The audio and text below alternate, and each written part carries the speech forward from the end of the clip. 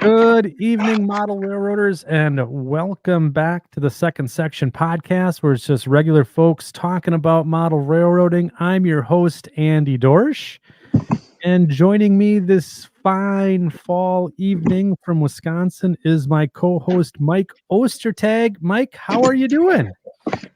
I'm burned out, man. I am burned out. Yeah, I am seriously burned out. I am I've had 7 that days. Is a bummer. Well, I've had 7 days of where'd he go? I've had 7 days of cramming and studying for my recertification for locomotive engineer recert, and it's I got done what I needed to get done. Really? Yeah. So you have to. How often do you have to go back for recertification? Every 3 years. Every 3 years. Yeah, every 3 years. So I should only have one left. I should only have to do it one more time before I retire. With any luck. Yeah, with any luck. Yeah. So I can't imagine. I can't imagine having to basically go back every 3 years and have to study for my job and keep up with that. I did not know that locomotive engineers had to do that. Yeah, so do conductors now. So I mean, it's actually a federal. Yeah, it's a federal requirement. So it's just one of those. Yeah, it's one of those things insane. Where what's insane is I haven't seen a signal or gone past a signal in nearly 15 years, and I have to know those and get 100% on the signals test. And I mean, quite literally, you need to get 100% or else you fail. So now, isn't this the same certification that you have to go through to be a dispatcher on Luke Lemon's HO scale second sub? I can't comment on that. I cannot comment on that at all. There may or may not have been some sort of a test of sorts.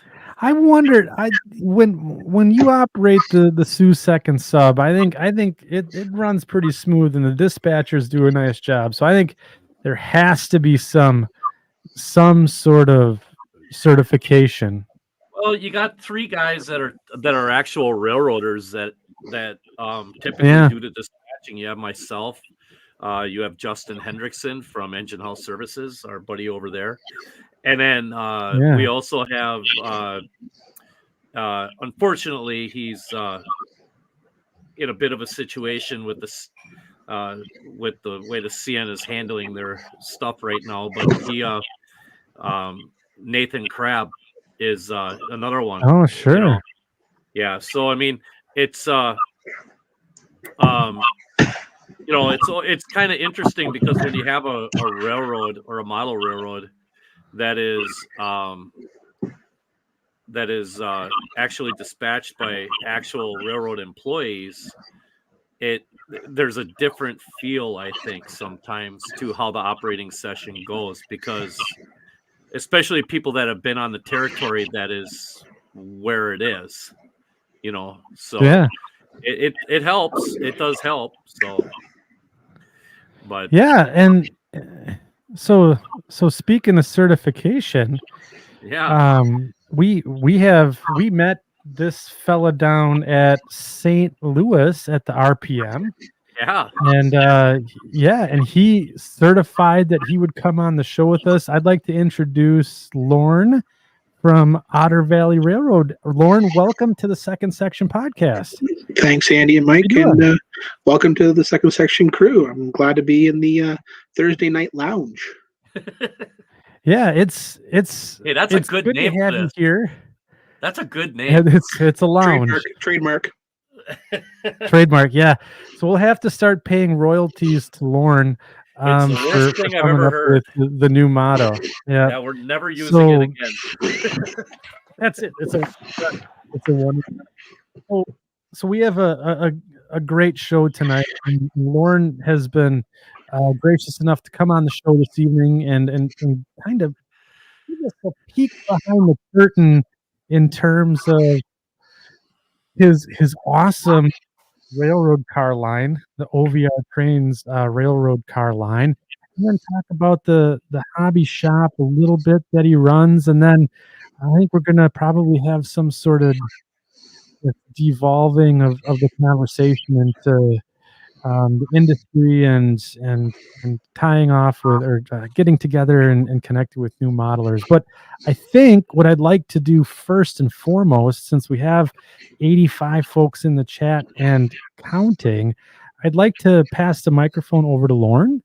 Lorne, if you'd be so kind as to, for those who don't know who you are in the section crew, give yourself a little introduction, what it is you do in model railroading, and what are your interests? All right. Hi, I'm Lorne. I'm Canadian. I like trains. That's my disclaimer. So my passion and love for trains started when I was 5. I used to play baseball in a small rural area, and I grew up on a tobacco and cash crop farm. And every Saturday, the Norfolk and Southern would go by on the Cayuga sub with Ford traffic for the Ford St. Thomas Assembly Plant, which is formerly the Crown Vic and Grand Marquis and Town Car. And that's where my father worked as a millwright and a safety engineer. And fell in love with the NS, and it was one of the last trains in North America that still had a caboose, a Canadian operations caboose. And the train originated from Buffalo to St. Thomas, and then St. Thomas to Detroit, and did kind of a Kansas City loop too. So that was my first love of trains, and just kind of the hobby grew from there. So it started out very early then. With the exposure, what was and just being around, I guess I'm still getting thrown for a loop here on you said NS, Norfolk Southern, is that right?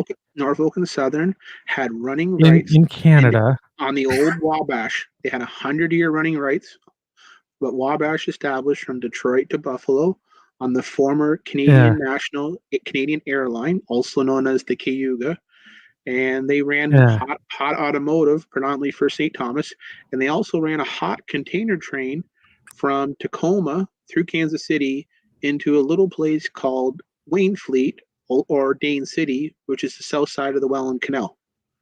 And they would run containers every day. So I'm in my 40s. How long ago was this when you I guess got introduced here?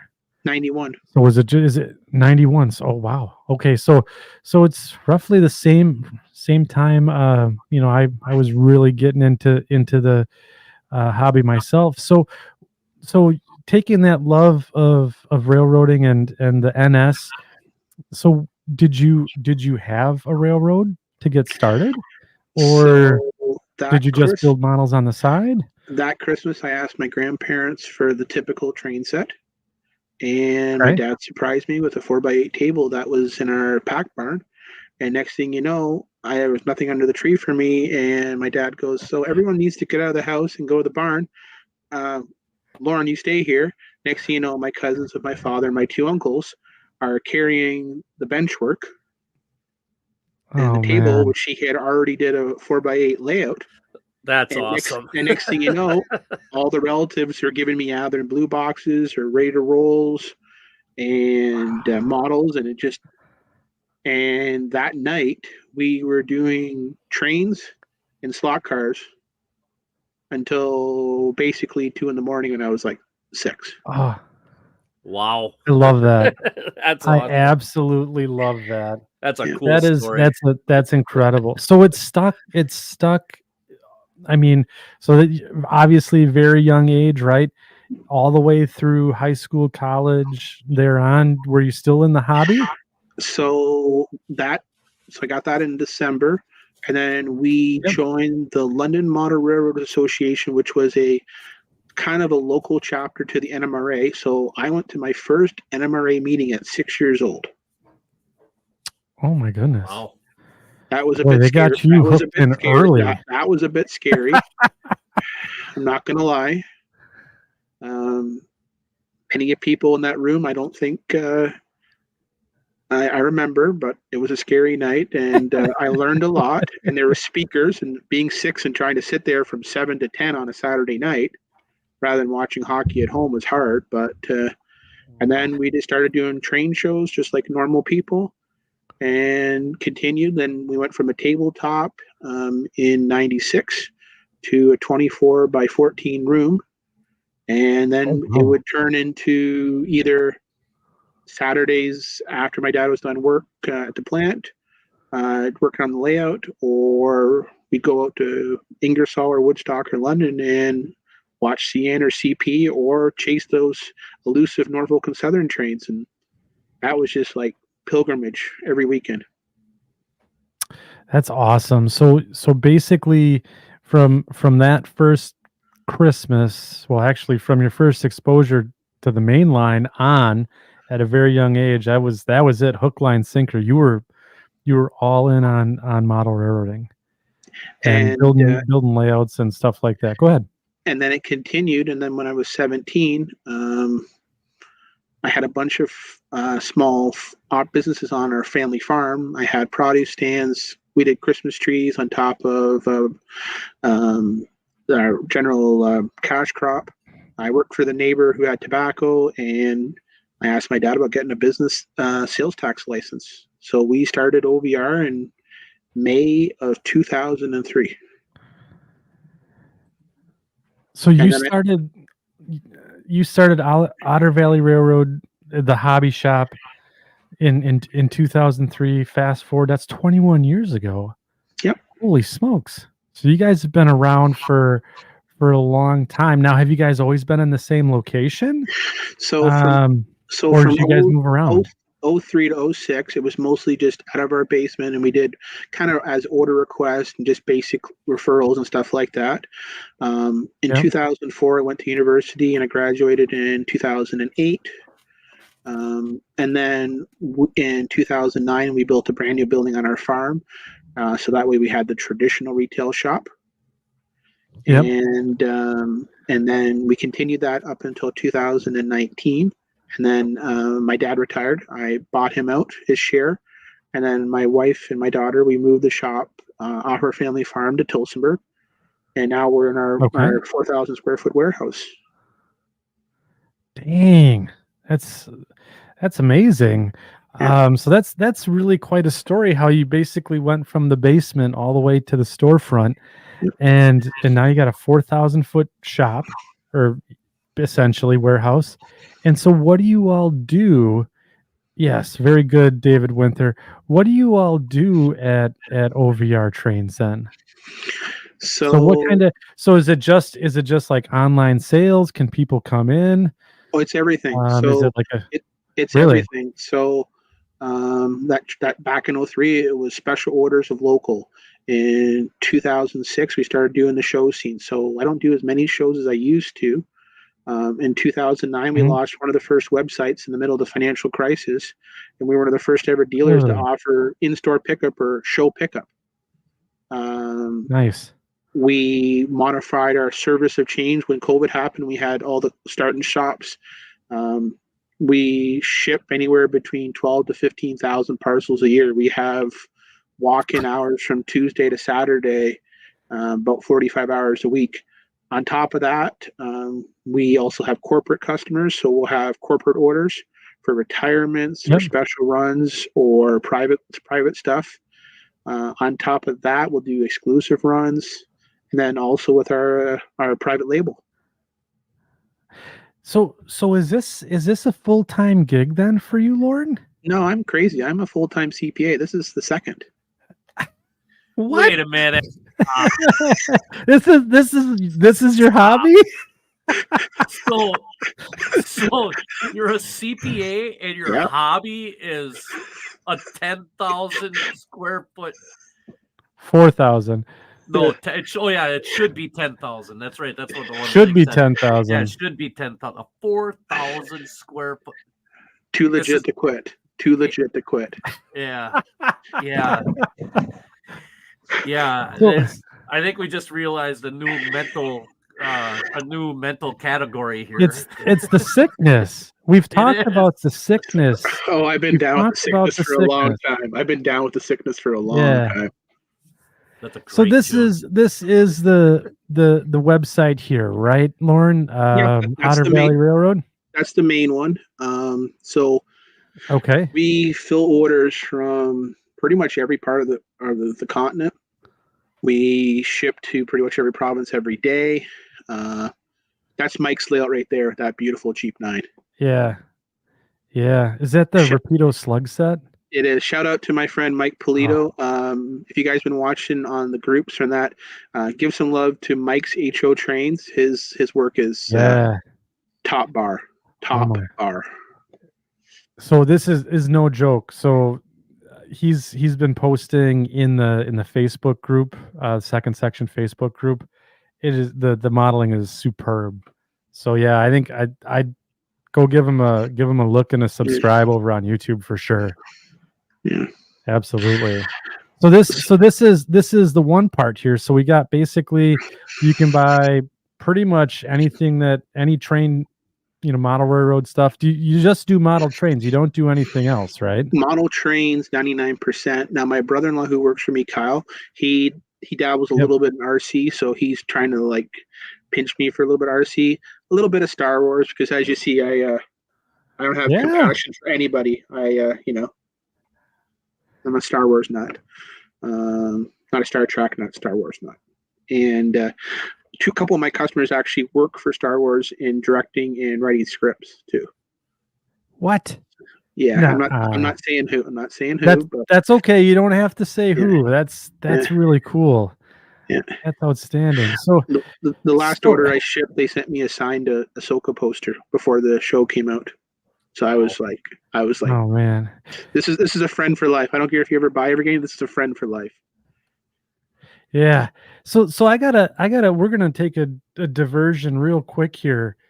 I gotta ask you, Lorne, and our whole friendship rides on this. The answer to this question. So which one's your favorite Star Wars movie out of the 9 that they have?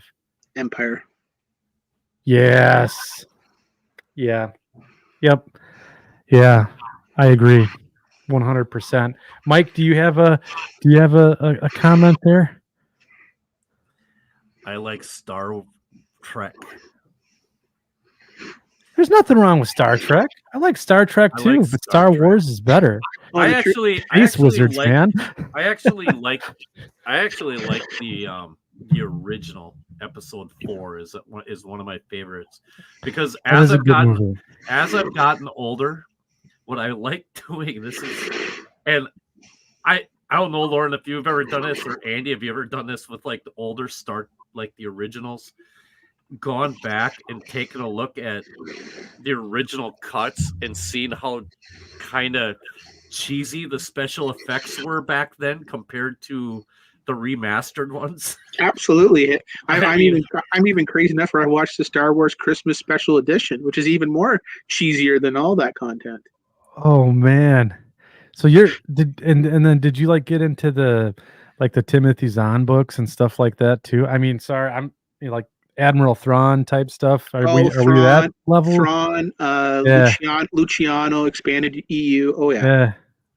Mara Jade and the whole. Okay, so you're right on par with me. Yeah, I just so if I say I like watching Picard and the Next Generation and like all that, and like some. I'll just call you Riker. We're good. Hey, he was badass, man. That's all right. I'm okay with that. He was dating Deanna Troi. Everybody thought he was badass. Yeah, there you go. There you go. So there's this one's gonna cause a rift in the section crew. I can just feel it. The Star Wars versus Star Trek. But so let's get back to the conversation here. So the store, it's evolved. since just a shop, right? So now you have your own line of freight cars. So the concept of the label and really the evolution of why we did special runs years and years ago. So we started doing special runs in 2012, Yeah. 2013. Let's And yeah. what it did was it was a way for us to bring new customers into our tent. So that way they knew about Okay. all the suite of products we sell. And the label is now just a big umbrella. So you can come to the OVR and buy the private label, but you also could buy, hey, the latest release from Atlas or Bowser or Rapido, or get other stuff with it. So it was like kind of in a roundabout way, it helped pad orders and also expand our business. So, we weren't just your general shop for this. We also had, exclusives or items that no one else had, or, a line of cars that Yeah. Lorne was crazy enough that he needed 60 for his layout, so he made the whole entire line. And that's what I love to hear. I'm going to make a bunch and then sell the rest, right? Absolutely. So we do have a question. We do have a question coming in from the section crew right away, Lauren. So if you don't mind, do you deliver to the U.S. Every day? Every day? Okay, and then the shipping information and all that stuff, that's on the website, right? So if they place an order, they know what they're getting into. Right at checkout, you can have 2 or 3 options for Canadians, 2 or 3 for US, generally 2 or 3 for international, shows the rates. And if anytime you have any questions, you can always call us, our toll-free number or email. And we do combines, we do wholes, we do wait till a person's got a box or a skid or many items, and then we do lots of holds and consolidates. Oh, that's very, very cool. So this is very you offer a lot of services then. So just perusing the line here, can we dive a little bit, like before you started the actual like the cars that you have here, and I apologize for being naive to your product line, but so you started the private runs back a while ago. And now were these just like home road labels for like road names or special Canadian run? Like what was the premise here? So the label started, we formally announced it in September of 22. We teased Okay. that we were working on it September of 21. So during COVID, we started our Otter Valley Railroad pop-up show, which was basically a bunch of Canadian manufacturers would come down. We'd have some space in our shop and our neighboring units. And then we kind of, use that as a test bag. And in 22, we announced our first ever run of cars. We announced the 6400s, which is the NSC injection tooling, the 6000, which is the NSC injection tooling, as well as the Freight Car America 52-foot pipe car injection tooling. And all those are mass-produced cars. And the 6400, we did 128 SKUs. The 6000, we did 68 SKUs. And the pipe car, we did 31 SKUs, as well as a pipe bag load, which is to scale. Yeah. So yeah, and I have a couple of those items here, and I kind of want to get into each one of them. So I'm just gonna share some of the products. So I got one of the garbage guns, and I'm just gonna basically come out and say these things are fantastic. The detail on them is incredible. There's all sorts of really cool undercar detail as well. The trucks and side frames with the blue bearing caps is awesome. The lettering is top drawer. It's just fantastic.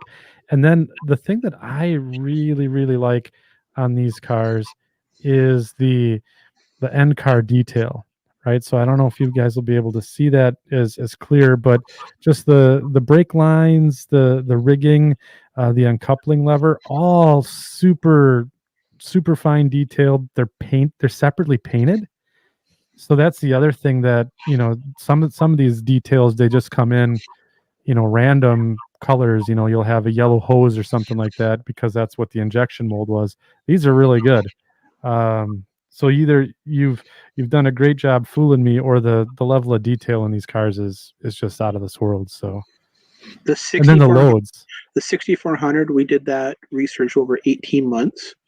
Yeah. Andrew, my car partner, and we did that one, and you wouldn't believe it how many trash cons I looked at in 2 years. Like Yeah. 40, 50 pictures every night. Yeah. So that's one of the things that we want to get into a little bit this evening. I'm going to put you back on the big screen, Lorne. So first of all, how are these garbage loads made before we move on?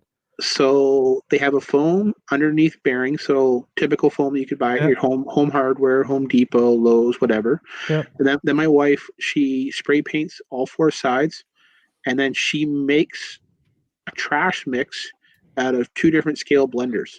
So fine, shredded. Then she does it, and then she puts a weathering wash. And then she puts generally a ballast or another mix. Then she puts another layer of trash. Then she seals it. Then she adds a little bit of flair, sometimes maybe some broken parts or some detailed parts that are sitting in the scrap bin. Yep. Then she'll bond it, and then she'll do the tooling. Every load is handmade. Wow. They're so good. Everyone is different then. Yes. Right? Yeah. There's like never two that are alike. Correct. Wow, that's awesome. And then the pipe loads for the flat cars, these are super cool. I know it's just, plastic tubing, but they really complement the car. Each bag of pipe has got 500 scale pipe in it, and each car, actually it has 250. Each car needs to have 100 scale pipe, which is the correct load out of Welland, Kingston, or other. And the cool thing is, I don't know if you dig into the interwebs, but there's multiple forum groups where guys will show how they have painted the ends. Each of the end colors represent the thread per inch. So red, orange, yellow, green, blue, all those represent the threads per inch. So that way when they get transloaded to the job site, they don't have piping mismatches. And then there's other guys where they've done strapping, they've done the wood slotting. Really, you can go your heart's desire. Again, the reason why we made that car on my layout, which is modeling Welland to Buffalo, I have Welland pipe, which represents 80% of the originating traffic. So I need the entire fleet.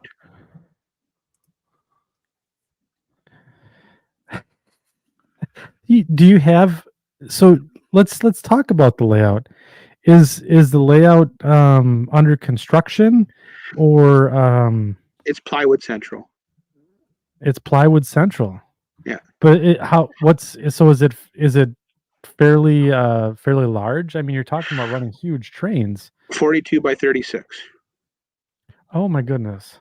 Yeah, I sent you some pictures today. That was my bridge scene for Fort Erie. I have 8 consecutive 200-foot bridges back to back. Do you mind if we share those with Absolutely. With share the pics. Okay. So let's 8 consecutive 200-foot. I told you my head was fried. Okay, so yeah, that's okay. Public math is difficult. That's long. Let me see if I can get this up. Good God, dude. Yeah. So this is what we're working with here. As my buddy down there, Trackside Mike said, it's a big bridge. It's 18 and a half feet.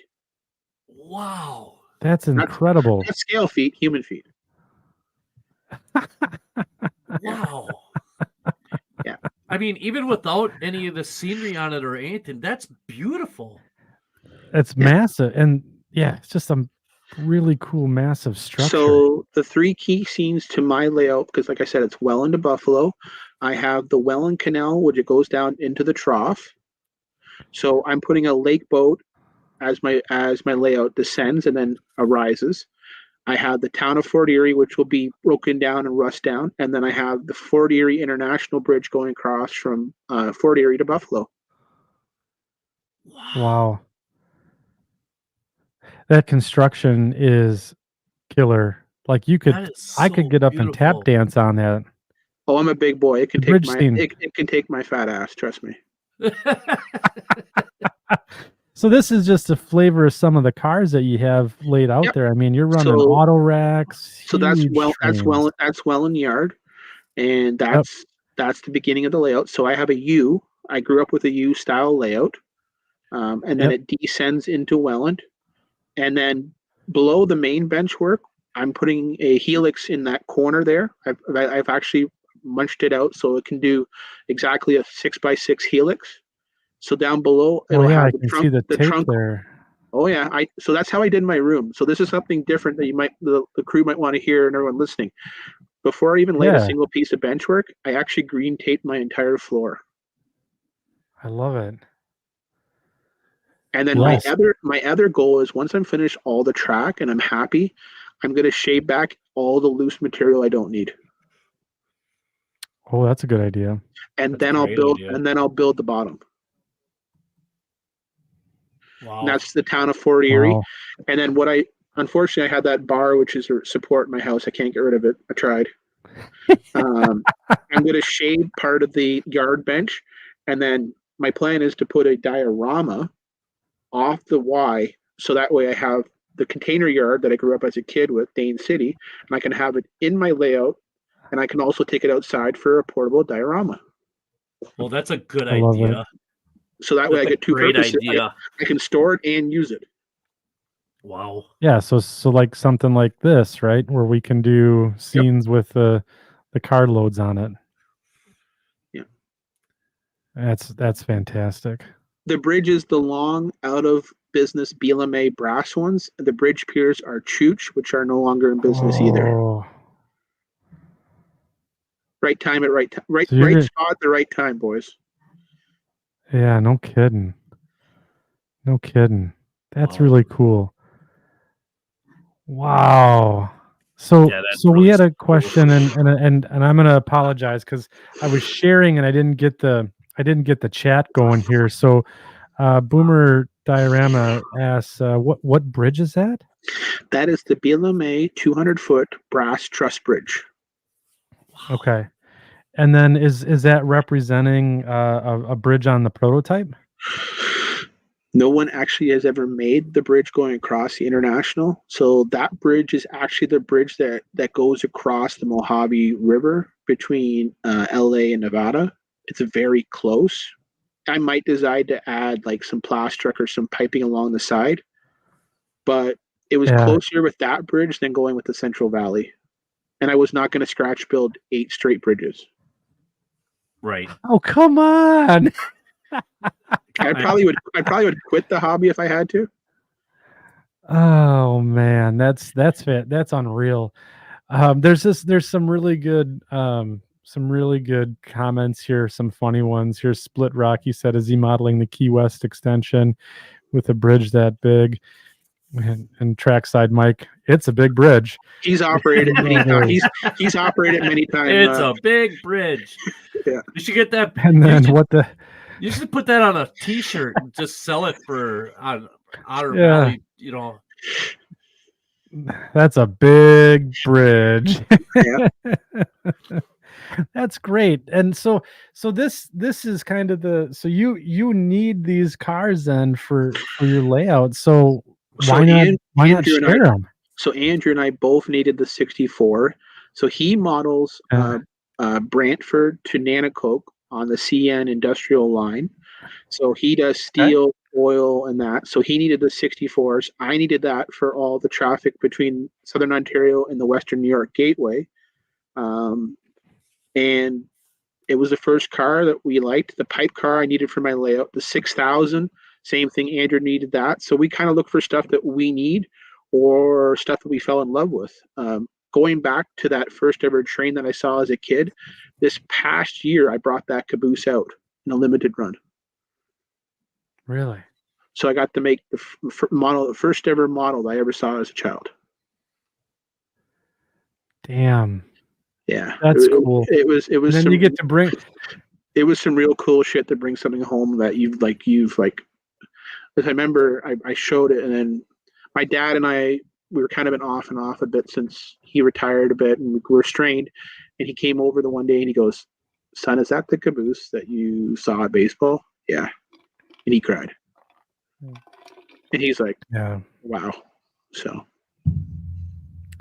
It's really cool that you can not only, just have a model and bring, and to have that model and have that connection to it, but I think then to be able to share that, I think that's even, I think that just takes it up a level. Like, it's really cool that you're sharing a part of your life, yeah. With us. And so I think that's super awesome. So let's dive into that a little bit, right? So you're putting, the garbage gun, and then we have the pipe flats here and the caboose. There's got to be a lot of research that goes into that. So I mean, not only you're managing the hobby shop, you have all that going on, but now you're offering a line of cars, and these things are not common to my knowledge, right? I mean, they're maybe now, but like in the industry, they're kind of one-offs, right? So how did you like come to decide? We know how you came to decide on the project, but like what was the steps to get into the creation of the car? So when I bought my dad out in the fall of 19, Andrew, who's been with me part of this whole process of doing these cars, him and I were moving together, and he goes, "What do you think about we have our own label?" And Yeah. we talked for 6 months, and he goes, "Well, I'm a designer. I can do some 3D." And I'm like, "I got a hard drive full of pictures, and I'm got a tape measure. Let's see what we can do." Sure. And we just started, and next thing you know, it's like, okay, we're going to do the 64s. Oh, well, I'm starting to get some tooling knowledge here. We can actually do the 6000s if we change this insert, this insert, this insert. Okay, boom, boom. Oh, and you know what? The hell with it. I'm going to make my part car, and I'm going to announce that. So in one day, we announced 3 cars, a brand new out of the box label. And one day, we announced 3 cars. We follow that up now with 3 more cars we've announced, and we've got about 6 in the short-term burner and about 20 in our long-term hopper. Oh my goodness! So there's no stopping now. And Like, we're you already guys are. and we're already discussing our first and second locomotives too. Whoa! Wow. Yeah. All right. So you said that you had a few pictures that you wanted to walk through on some of this stuff, if you still want to. Absolutely. 'Cause I know the folks here in the section crew just love pictures. So while Lauren is taking a moment to get that set up and walk through that with us, I do want to just give a shout out to the section crew this evening. We got 110 folks in the chat, so we got a great show tonight. If you guys have questions for Lorne, make sure you get him into the chat so I can get him up on screen. And then we do have some moderators in the group tonight. They're the folks with the little blue wrenches next to their names. So if you guys get out of line or kind of divert from the topic too far, something like that, I've given the moderators the authority to give you the stanky boot. So let's keep her in between the rails tonight. So I got something here. We're going to add it to the stage, Lauren. So these are real pictures. This is the pipe car, and one of my friends, he climbed all over it a couple of years back, and he was kind enough to share his work with me. And then I went out subsequently after our first initial designs and did some follow-up measurements and started climbing over cars and measuring jack pans and is this bar in the right spot, and just started hitting everything I could possibly hit. Okay, so there's going to be a test here. So I have the car in my hand, and now we're gonna play the game of is it true to the picture? And boy, that's pretty damn close. So I'm seeing the jack pad here. It's right in the same spot on that picture. So did you, I mean, like, how long is this process to go through and compile all this data and pull it together? It's a bit. Okay. The 64 was 18 months of excessive pictures and research. The pipe car was 400 photos from one friend, 150 photos that I had, and 6 hours in the field one day. Wow. So there's some dedication that goes into putting this together. It's not like, let's just whip it up on a cocktail napkin and then hand it off to a manufacturer. No. Generally the cocktail ones are generally because the car has been scrapped and you're working off old blueprints. That's the cocktail napkins. If the car exists today and you can get out there and you can field measure it or 3D scan it, and I've tried the 3D scanning in person stuff, and it's interesting. I use that for a project that we haven't announced, and it's interesting. There's one of the the folks in the section crew may have noticed that we got Joey from Late Night Models here on screen with us this evening. So first and foremost, welcome Joey to the crew here, and Lorne, thank you for accommodating us this evening on this. We're gonna do a little. We're gonna do a little halftime break here. There's a thing that we wanted to bring up on the podcast this evening.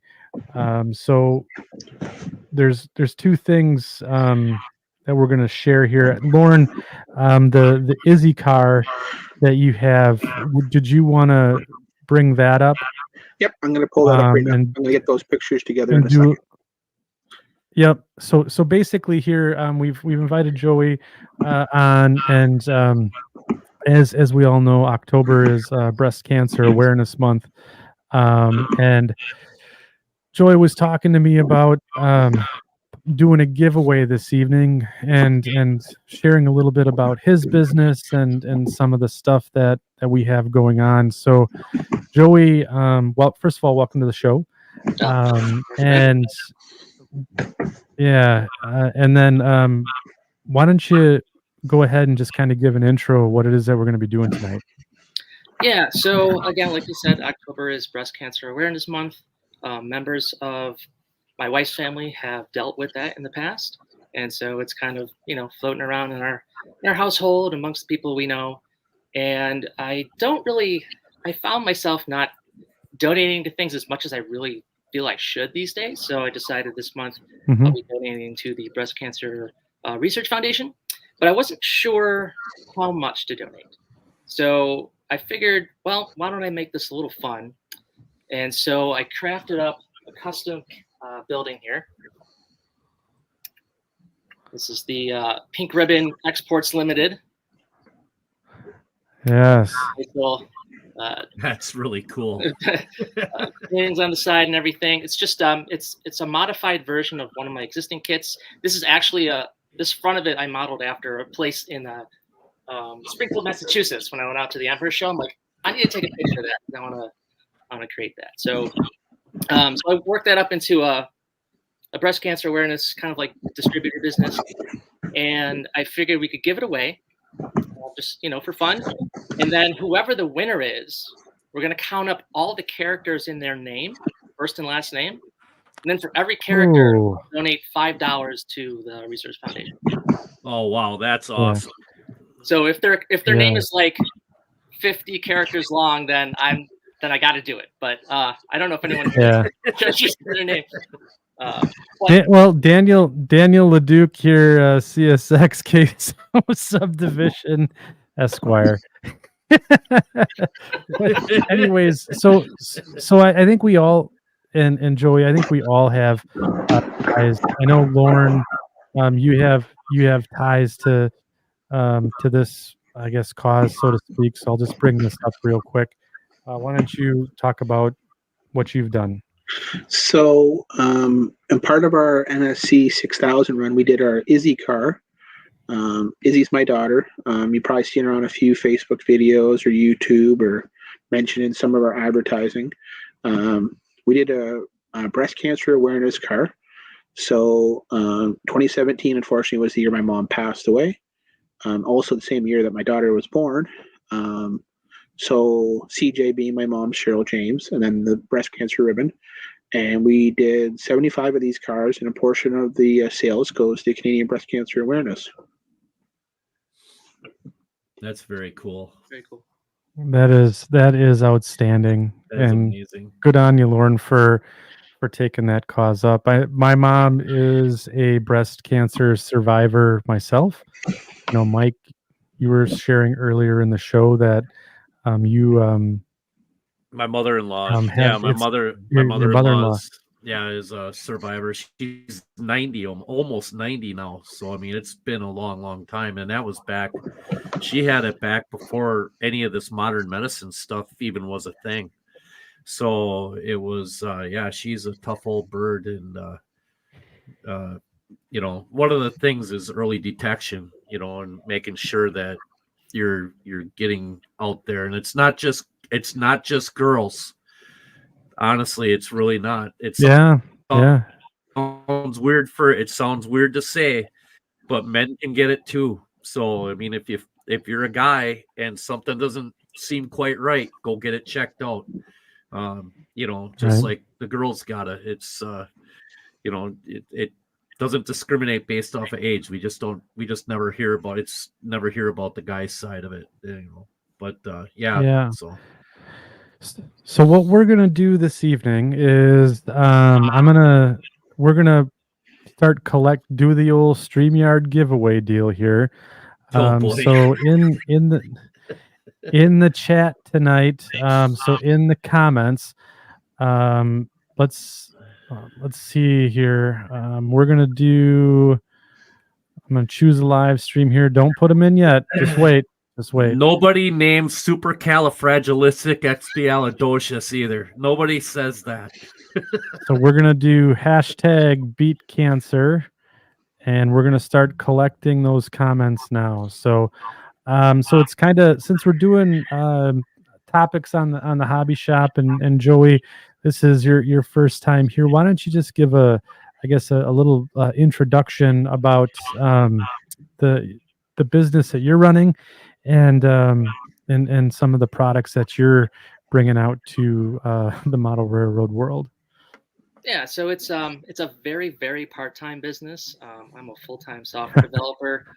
I have a very busy family. I have a very young child with a very rare genetic disorder, so we have a lot of things to do. It's a very busy life, very chaotic. But in my spare time, I do create HO and N scale laser cut kits. I did it originally very selfishly. I just wanted them for me because I had got some ITLA kits. I built my warehouse alley, whatchamacallit layout. It's just a switching layout. The whole thing is basically an ITLA kit in the background. And I got so fascinated with it. I'm a woodworker as well, so I love working with wood. And so I was like, you know what? I'm going to make my own for me, for my layouts. Because no one really makes the stuff I want, because I'm more of a modern day modeler, like 90s stuff today. And so, I'll just buy a laser cutter and I'll just start making my own things. And then some people said, hey, you should, this would be cool. Can I get one? I was like, okay. Well, then it kind of turned into, let's make these into kits. Let's make them available for anyone that wants. I label them as more like starting points. They're not, they don't come with a whole bunch of extra accessories or 3D printed parts or anything. It's kind of like the structure itself, which, it doesn't cost a lot to produce. So it keeps the cost down for someone that wants maybe a lot of these things. And so I wanted to come in at a reasonable price point. I didn't want to overdo myself either, because I'm very strapped for time. And so I don't see this being a full-time business anytime soon. It's just a lot of fun for me. It's a creative outlet. And so far I've sold enough kits to pay off my laser cutter and start saving up for a bigger machine. So there you go. That's a good thing. And then I'll continue to do more as these buildings I literally drive past or see pictures of. And I go visit them. I take measurements and all these things. So they are prototypically sort of accurate. I do make some concessions. A lot of these buildings happen to be very big, and so I kind of shrink them down and compress them. The last one I did, I literally posted this morning on my site, which is the Finger Lakes Railway main office building. So I went down to the Finger Lakes Railway. I got in contact with the business manager there. He said, yeah, you can come down anytime, whatever. So he let me take pictures. He gave me the tour of the facilities. I took measurements. I got everything I needed to do. And then I created this here. Hang on a second. Let me get you back up on the screen. I can get it here. This is their actual office building. This is an actual scale. Wow. All the measurements are as accurate as I can get them. I did have to make some concessions because the building's foundation is actually on a grade, and I had to make sure it sat flat. So the back is actually a little taller than it is in the model, and there's some sheds back here that I didn't include, but that was just posted. That was a lot of fun. He invited me back down to do measurements of any other buildings that they own. I gave him the first model I created of this, so he was super happy. He was like, "Oh yeah, do more!" Like all his employees tried to steal it from him and everything, so it was kind of fun. Yeah, that's awesome. So, and then are you taking the act on the road and doing shows and stuff like that, or are you just basically online to get started here? Just online for now. I don't know when I'll be able to do shows. I want to. Yep. I have to work around my older daughter. Yeah, the schedule. Does dance and everything, and so sometimes they dance out of town. She's part of the United States dance team, so they travel to New York City. Yeah, right. And, we'll make it happen someday. Yeah. So let's see here. So let's see what we got. 28 entries right now on the hashtag beat cancer. So let's try and get that up here before we do the drawing here. So just I'll do the awkward bit here. So after we do the drawing for the building, Joey, feel free to hang around as long as you want on the show, and chime in, and do questions. Once our schedules align, we'd love to have you back on the show to do a full discussion. So make sure we're getting those in. Hashtag beat cancer. And then let's see here. I think we got a few more here. So what we're going to do is we're going to bring up the StreamYard tool here. So people can see it again. Yeah, here we'll just get one last view here. All right. I may have missed it. Is there a significance to the 1024 on the? Or is that that's October 2024. God, see, what did I tell you, Andy? I am really not. You can be taught. I can be taught. I can be taught. Holy cow! So, and then Joey, real quick, what scales do you offer your kits in? Primarily HO, diving into N scale. I'll probably be on those scales for quite some time. I might venture into S scale depending on the desire for scalers to have more modern style. I don't know. I'm not very familiar with what's available on S scale, so I don't know how modern S scalers have their abilities. Sure. Not. All right. So here we go. We got 31 entries in the book here for Beat Cancer. And there's a big giveaway here. So let's go ahead and hit the draw button. All right. We're looking through all the names. Oh my gosh. Here we go. Split Rock. Split Rock.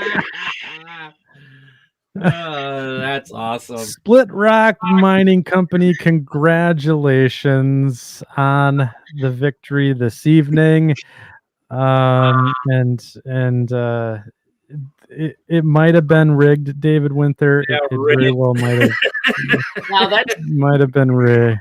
that's only a $45 donation, so I'm gonna get 145 that I donate because that seems really low. That's awesome. That's so that amazing. is good stuff, Joey.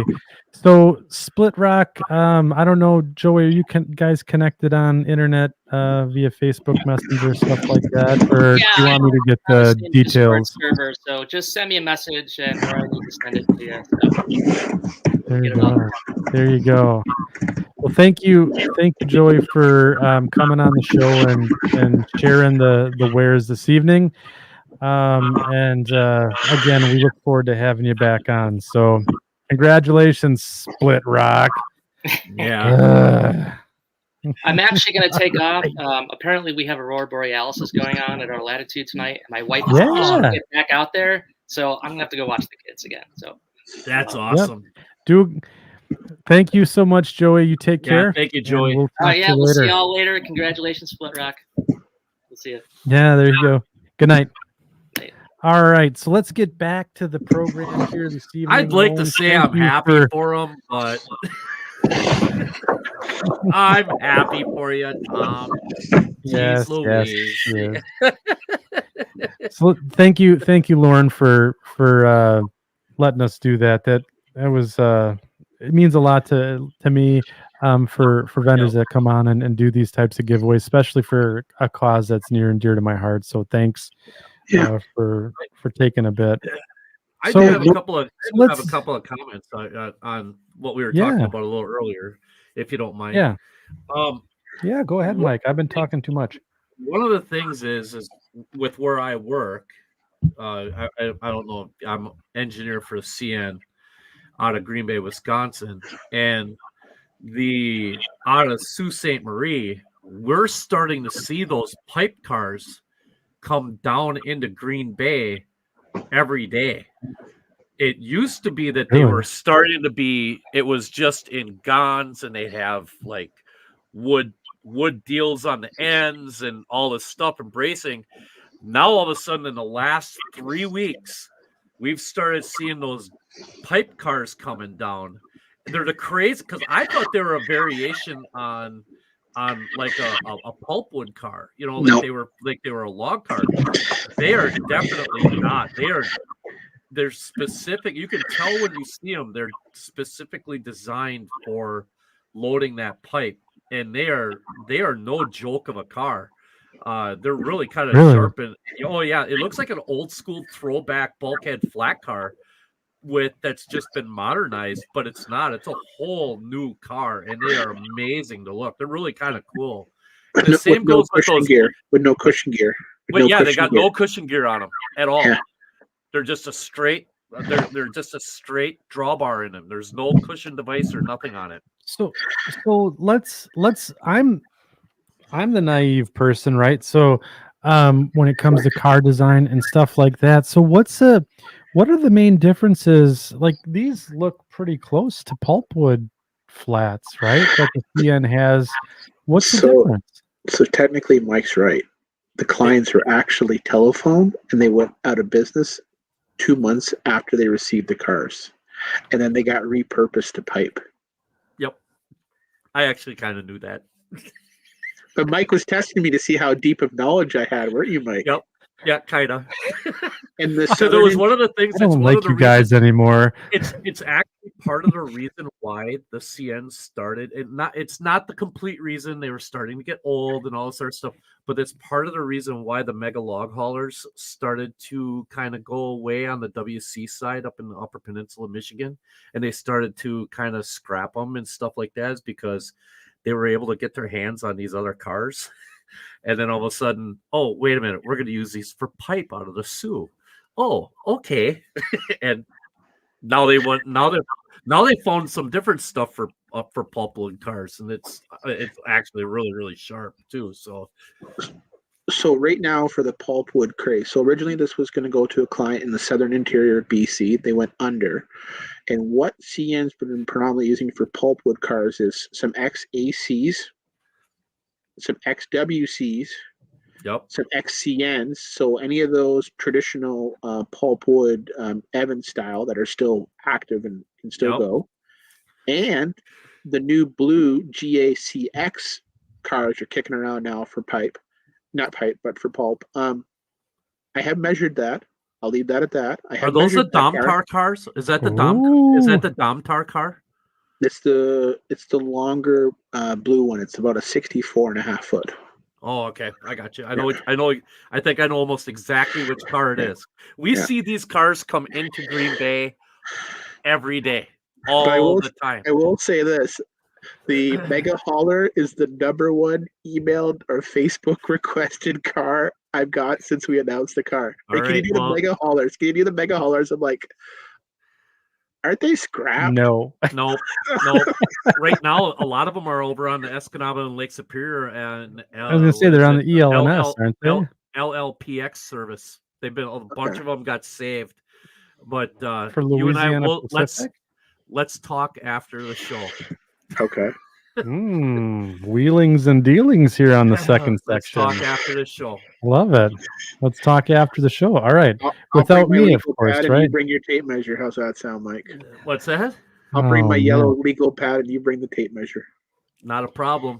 All right. All right. All right. Deal's getting done here on second section. So I guess the other question that I had around the car design, right? So you talked about the pictures. What are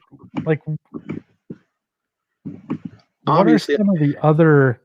Go ahead.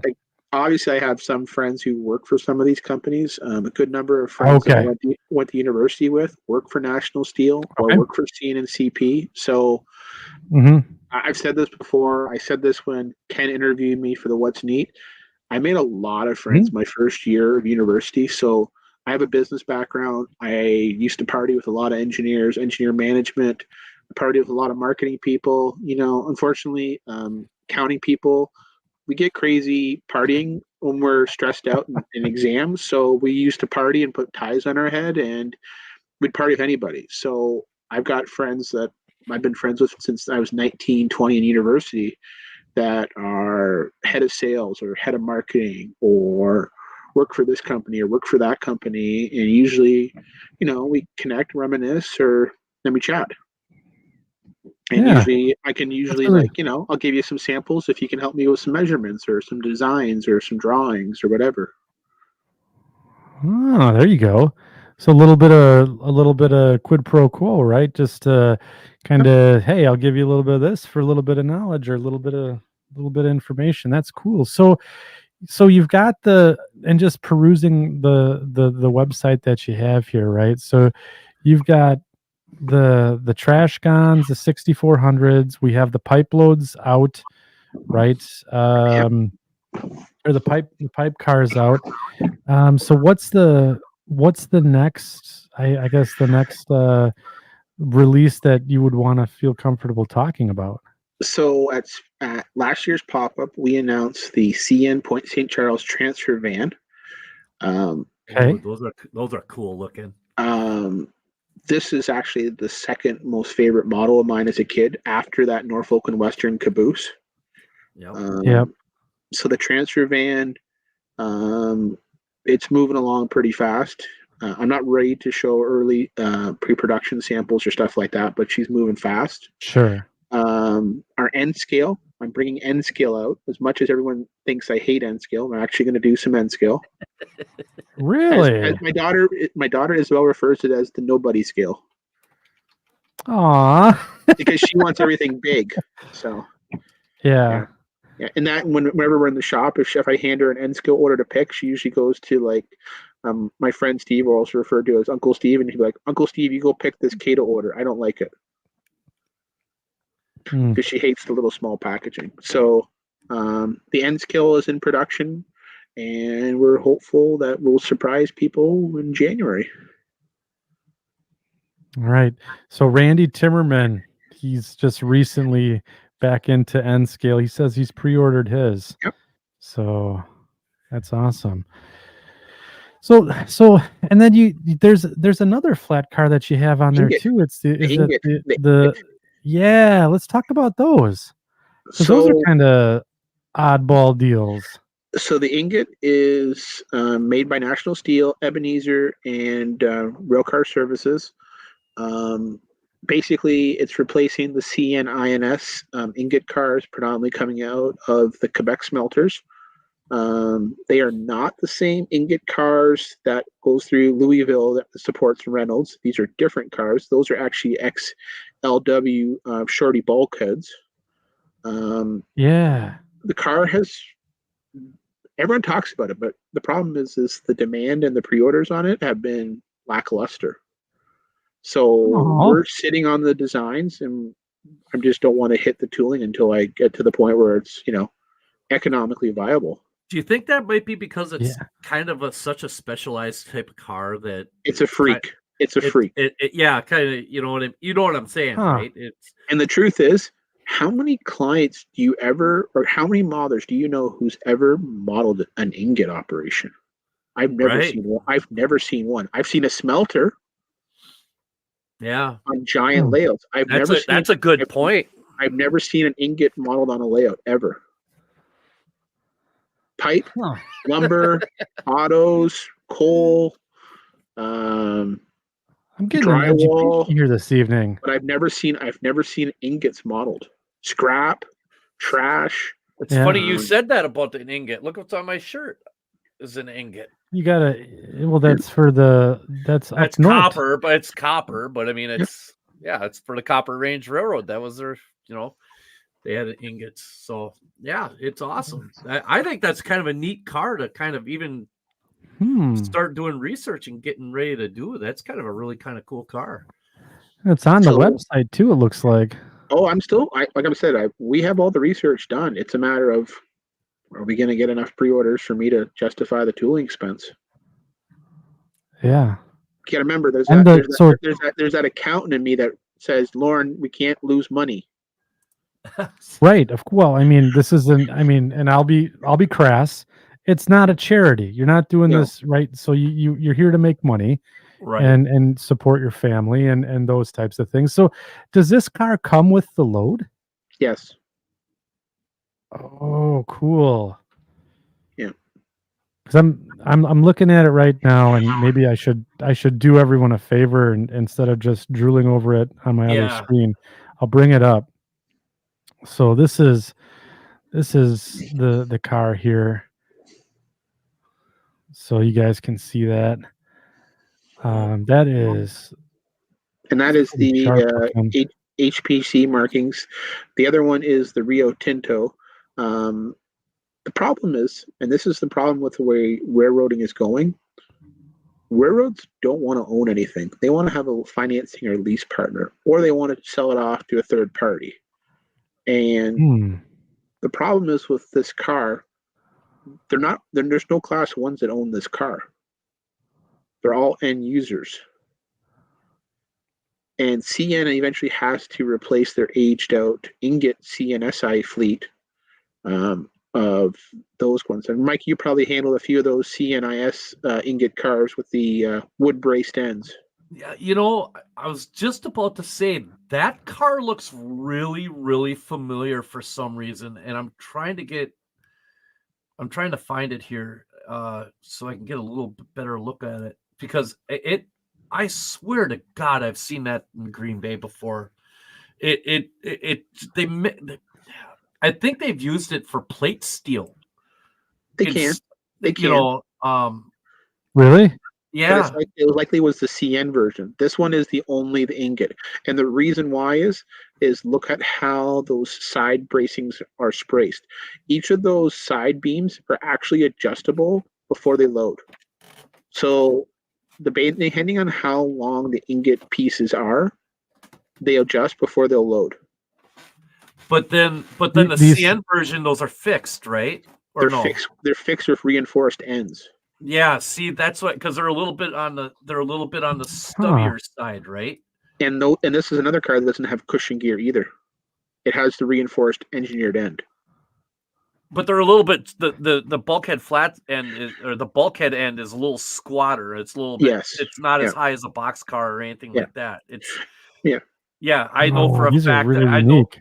I could swear to God when I went down to when I've worked in Manitowoc that we delivered some steel sheet down to the lakefront in cars like this at one point.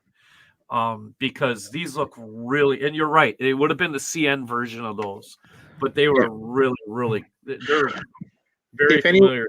If anyone's interested, Trackside Mike on his YouTube channel, he's got video after video of transfer trains going from Sarnia to Chicagoland and up into Wisconsin, and he's got ingot, bulkheads, you name it. And like you said, you can see them with plated steel. It's not common, but you can see plated steel too. Interesting. Yeah, that's so cool. Another YouTube channel to check out, by the way, Trackside Mike. And he's my buddy, one of my best buds. And he's got a good channel as well. So make sure you check him out. And he's Lorne's friend. So we gotta do that. Does he like Star Wars too, Lorne? No. Okay. He's actually a crane operator for Mammut, so he actually gets to see real cool industrial scenes. Oh, that's awesome. Oh, really? Yeah. Oh man, that's really cool.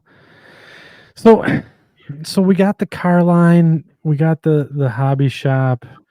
Is there anything else that's up and coming from Otter Valley Railroad that you want to bring up here on the show tonight? And again, we're not pressing.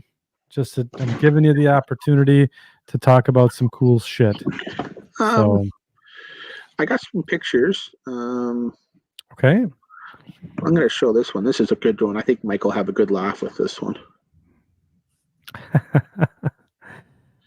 This should be the icebreaker. This should be the icebreaker. No, but it's a real good one. Just give me a second. I love this. And guys in the section crew in the chat this evening, make sure that you guys are going and asking the questions here. We'll bring this up at our peril. So what we got here, it says yeah, very true. Yeah, there you go. I should show that to my wife. Yeah, no kidding, right? Those are words to live by for sure. Kind of getting back to why I'm in the hobby, I'm going to show you a picture of an early aerial picture in 1994 of this infamous container yard that I keep talking about that I'm that's right. desperately in love with and I want to recreate. It literally was based on a Y in Welland. So I'm going to show this picture and yeah. All right. Bring it right on up. Here we go. Oh. All right. Now that's cool. Now, that is. I'm going to say, we're going to play Where's Waldo? Can you find me the Norfolk and Western caboose?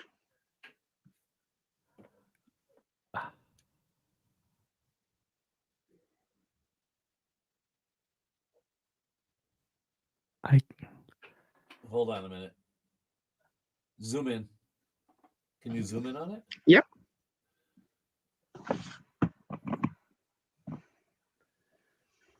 Yeah, found it. That is a Canadian division caboose. Really? Yep. With NS SD60s in the back. One of my second most favorite locomotive as a child. Also was switched out by CN, and all the containers were handled by the old Ragu container unloaders. Wow. And the whole entire yard is on a Y. And another thing I was in love with a kid was K-line red containers. Just my God. Now my daughter's in love with the one container. And I keep telling her the alligator ate K-line. And she's like, there was no alligators on containers, Daddy. Yeah, there was. Yeah, there was. Yeah, there was. Yeah, there was. The old mole. My. So this is going to be diorama Y yard. So I'll have a transload container yard on my diorama. Wait a minute. Is this where that post is going to go? Or Yeah. by that post? Yeah. So as I where cut, where as would I the cut- post be? Like if you had to point it out on the picture, about I have where a the number. post. I have a number 12 curve switch right on the main, and it curves in. So that way you have a perfect 32-inch around the curve. So it curves like a traditional Y. And then that'll come out with a drop with a lift bridge. Because this yard was serviced by a lift bridge on the old Welland Canal. Wow. I'm probably going to be dead before I finish the layout, but I have dreams. Same. Yeah, I think that goes for any of us who set out when they build the layout. That's doable though, Lorne. I think you can get that done. I think so. Oh yeah. Oh, okay. So we're gonna talk just a little bit about I guess the topic and maybe the industry and some of the thoughts here. So the title of tonight. No, we're not. We're gonna show some more pictures. No, I want to show this one. This is our second run that we announced at Springfield at 64s. And that's ABC Recycling, and the blue and the red is Sharp, and we're also doing the blue Secure as well. And you probably have handled a handful of those new cars, Mike. The Secure, SECURE. We see a lot of the AIM. We Yeah. see a lot of the AIM cars, either in the beige. I call it beige. I don't know what the heck color it's actually called, sand or beige or whatever, or the black. Those are the only ones. I haven't seen anything with the red like that yet. I don't unless that's a different car. No, that's the same car. That's just the recent one off the assembly line.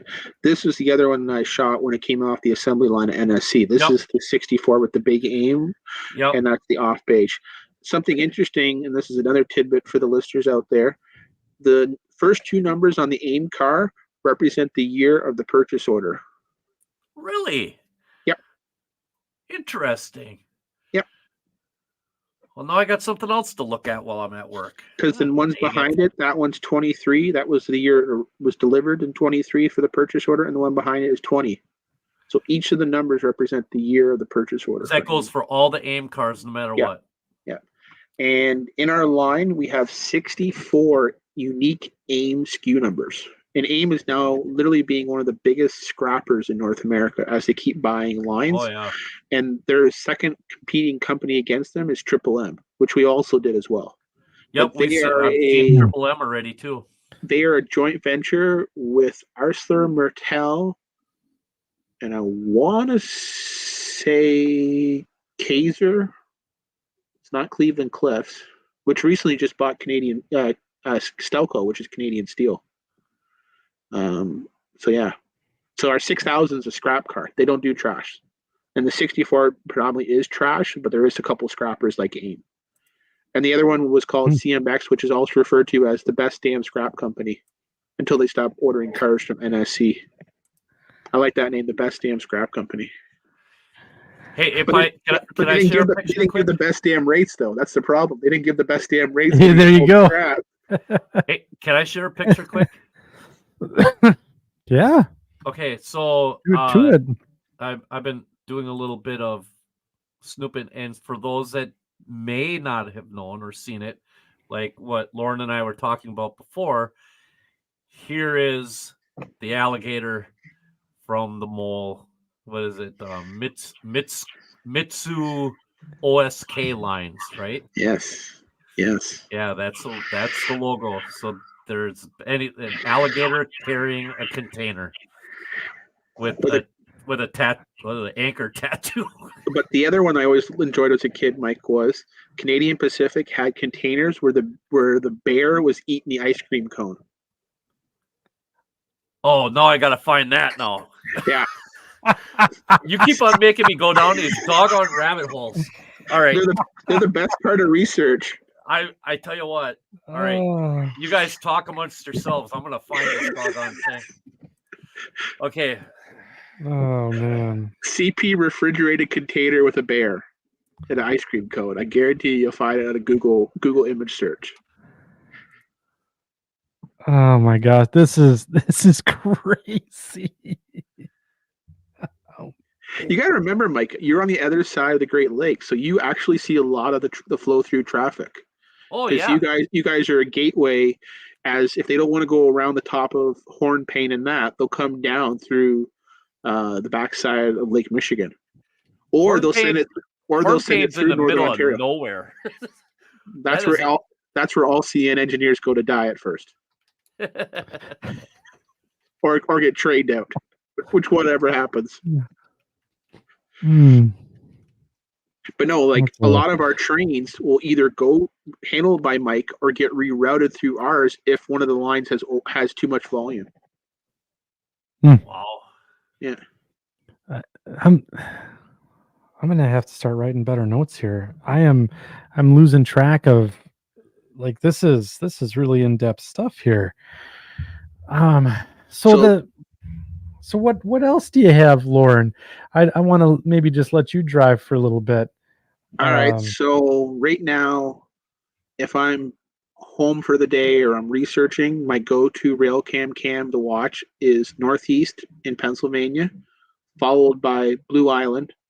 I've been in love with Blue Island, Illinois for years. It's the only place I know where you literally the crossbucks don't move for like an hour; they just stay down. The crossing gates. Yeah, and obviously I like Rochelle, and at one time I actually thought I was going to model Southern California trains because I like that desert style. Yeah. Yeah. I'll have to see if I can dig out my Barstow, California pictures for you. That's a fun, terrible place to be. Yeah, I almost broke up my wife in Barstow because she wanted enough for the day and I wanted to go and just stare at the Barstow yard until my eyes were black. And she said no. So you've been there. I've been to Barstow. I've been to Tehachapi twice. Been to Cahoon 3 times. Yeah. Been to Long Beach twice. Horseshoe. Horseshoe's okay. I mean, Horseshoe was cool in the Conrail days. I haven't been in the NS days. I did Conrail days. I was there during the NS days, and it was not very busy at all. Galatian tunnels was cool. If we're going to Buffalo, we'll go to Bayview or some of those spots where we get some of the traffic for the border and transfer through trains. Obviously, Fostoria, Deschler, Hammond, Gary. I love Gary. It's gritty. I love industrial gritty trains. Yeah. If any of the listeners are in Southern Ontario, the Hamilton Riverfront, the belt lines on the CN and CP, gritty, AIM, Bungee Corp, this company, that company, brand new cars. Like there's tonners down there, there's little switchers, there's GP9s, there's 38s, there's belt pack. Like it's gritty industrial, short switching, black smoke, yeah, I mean, my most interesting trains I ever saw, I've seen Apache, which was cool when they had the XCP C424s. Just watching an Elko smoke is just awesome. I mean, I'm so fortunate that I have Ontario Southline, which is a short line operator in Southern Ontario, and they have RS18s and had RS23s and Jeep 9s, and I have a good relationship with the owner, and just, watching an Elko throttle up is just heaven. Heaven with no worry about tier emissions, just no worry. I was gonna say there's no emissions in that heaven, that's for sure. Yeah. Oh man. So Gary, that's like I've been through I've been to Stockfield too, which is supposedly the roughest city in the United States. I've been there, Stockton, and we're railfan in Stockton all day. Huh. And then the next night I was like, oh, they have a documentary on Stockton being the toughest neighborhood in the United States. Oh, no shit, eh? I was just there a day, spent all day rail fanning in the bad part of town. I didn't think it was that rough. Yeah, it's I mean, it's if daytime though. You did you stay past sundown, No, or was it no, Oh, Yeah. see, no, oh, come Yeah. on. no. So when you're hanging out with a bunch of rail fans in East St. Louis and it's getting Yeah. close to midnight, Randy, you come Yeah. talk to us. Well, that was a good time at the RPM there, that's for sure. So let me ask you this, and kind of segueing into the rail fanning and the shows here.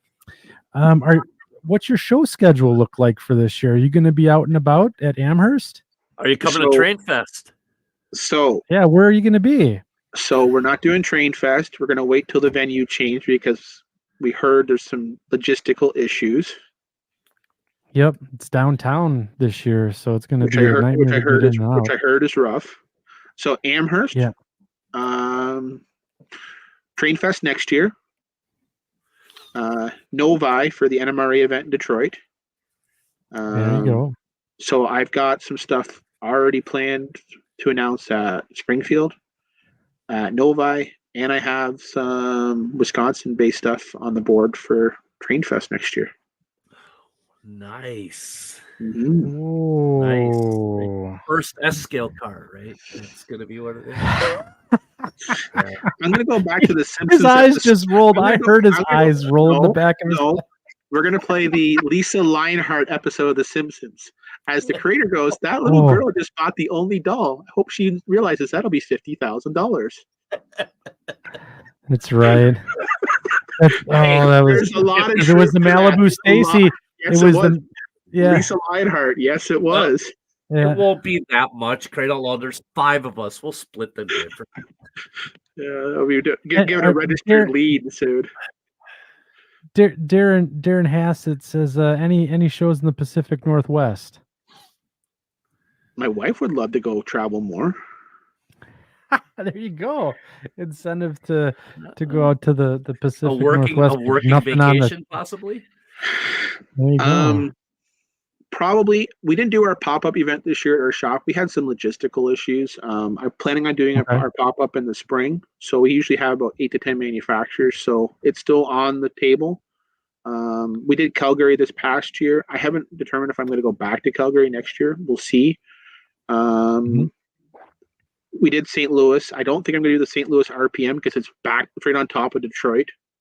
So I think I'm just going to on top of the national. I think I'm just going to do the Detroit. I've been asked to go to Timonian. I've thought about it.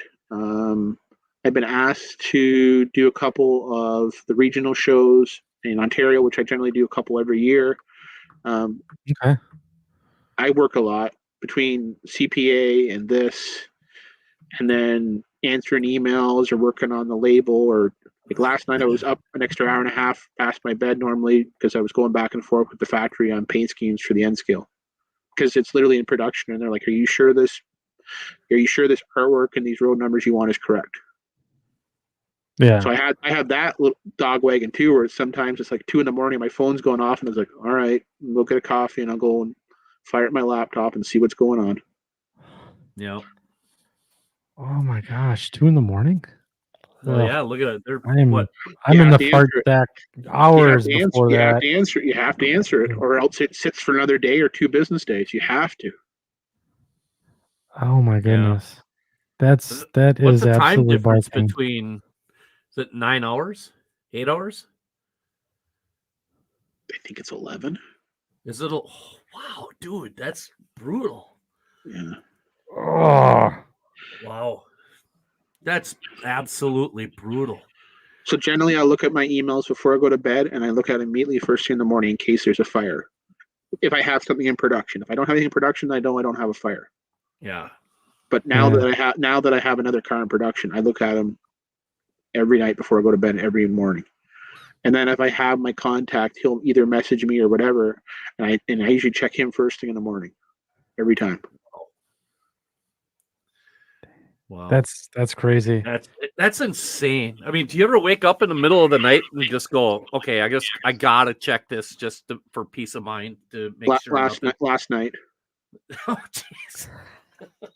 With a picture on a phone going circling. Are you sure, Lauren? Oh, for the love of God, can I just talk to you at 7 a.m.? Please, 2 more hours, please. Oh my gosh. Yeah. Then an hour later, my daughter's jumping in bed. Okay, day starting. Great.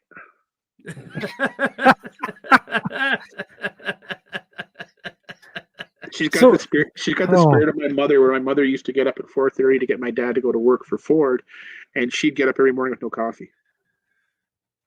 Wow. And just be content. I have to drink a gallon of coffee. Oh, come on, you do not. No, and my alarm goes off at 4:45 and I'm up and going. Yeah. And Izzy'll be up at 5 and she'll be like, "What are we doing for the day?" I'm like, "Oh my God, child, just I know you have grandma's spirit in you, but like just chill down." Oh my gosh. You need to put like one of those crazy. Signs in there, just point at the sign and then Yeah. Well, she's 7.5, so she's in the phase of it's dark and I'm scared right now, but so there's a little bit of that too. Yeah. There you go. Yeah, you hear that. Yeah. So I guess real quick, I do want to throw it out to the section crew here. So if you have questions, comments for Lorne, make sure that you're getting them thrown in there. So that we can get him up on screen and he can go ahead and answer them for you. But I gotta ask you, Lorne. So you've been in the hobby, the industry for a while now, right? And we're always talking about how this hobby is changing.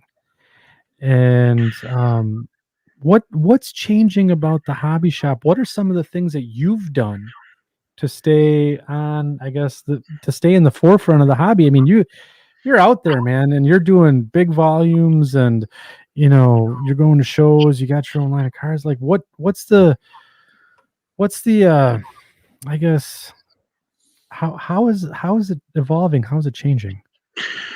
So when we first started in the hobby in 2003, the number of distributors, Canadian and US, 25, 30 American, half a dozen Canadian. Fast forward 20 years later, you've got 5, maybe 6 dominant US distributors. You've got maybe 1, maybe 1.5 Canadian distributors left. So that supply chain has changed. In that process, you've had, with that supply chain changing, you've had the remaining distributors go to a pre-order model, which means if you don't pre-order and budget slack, the likelihood that when the model arrives, you might not be able to chase it down. And if it's extremely subscribed or it's extremely popular, there's not a chance in hell you're going to find one.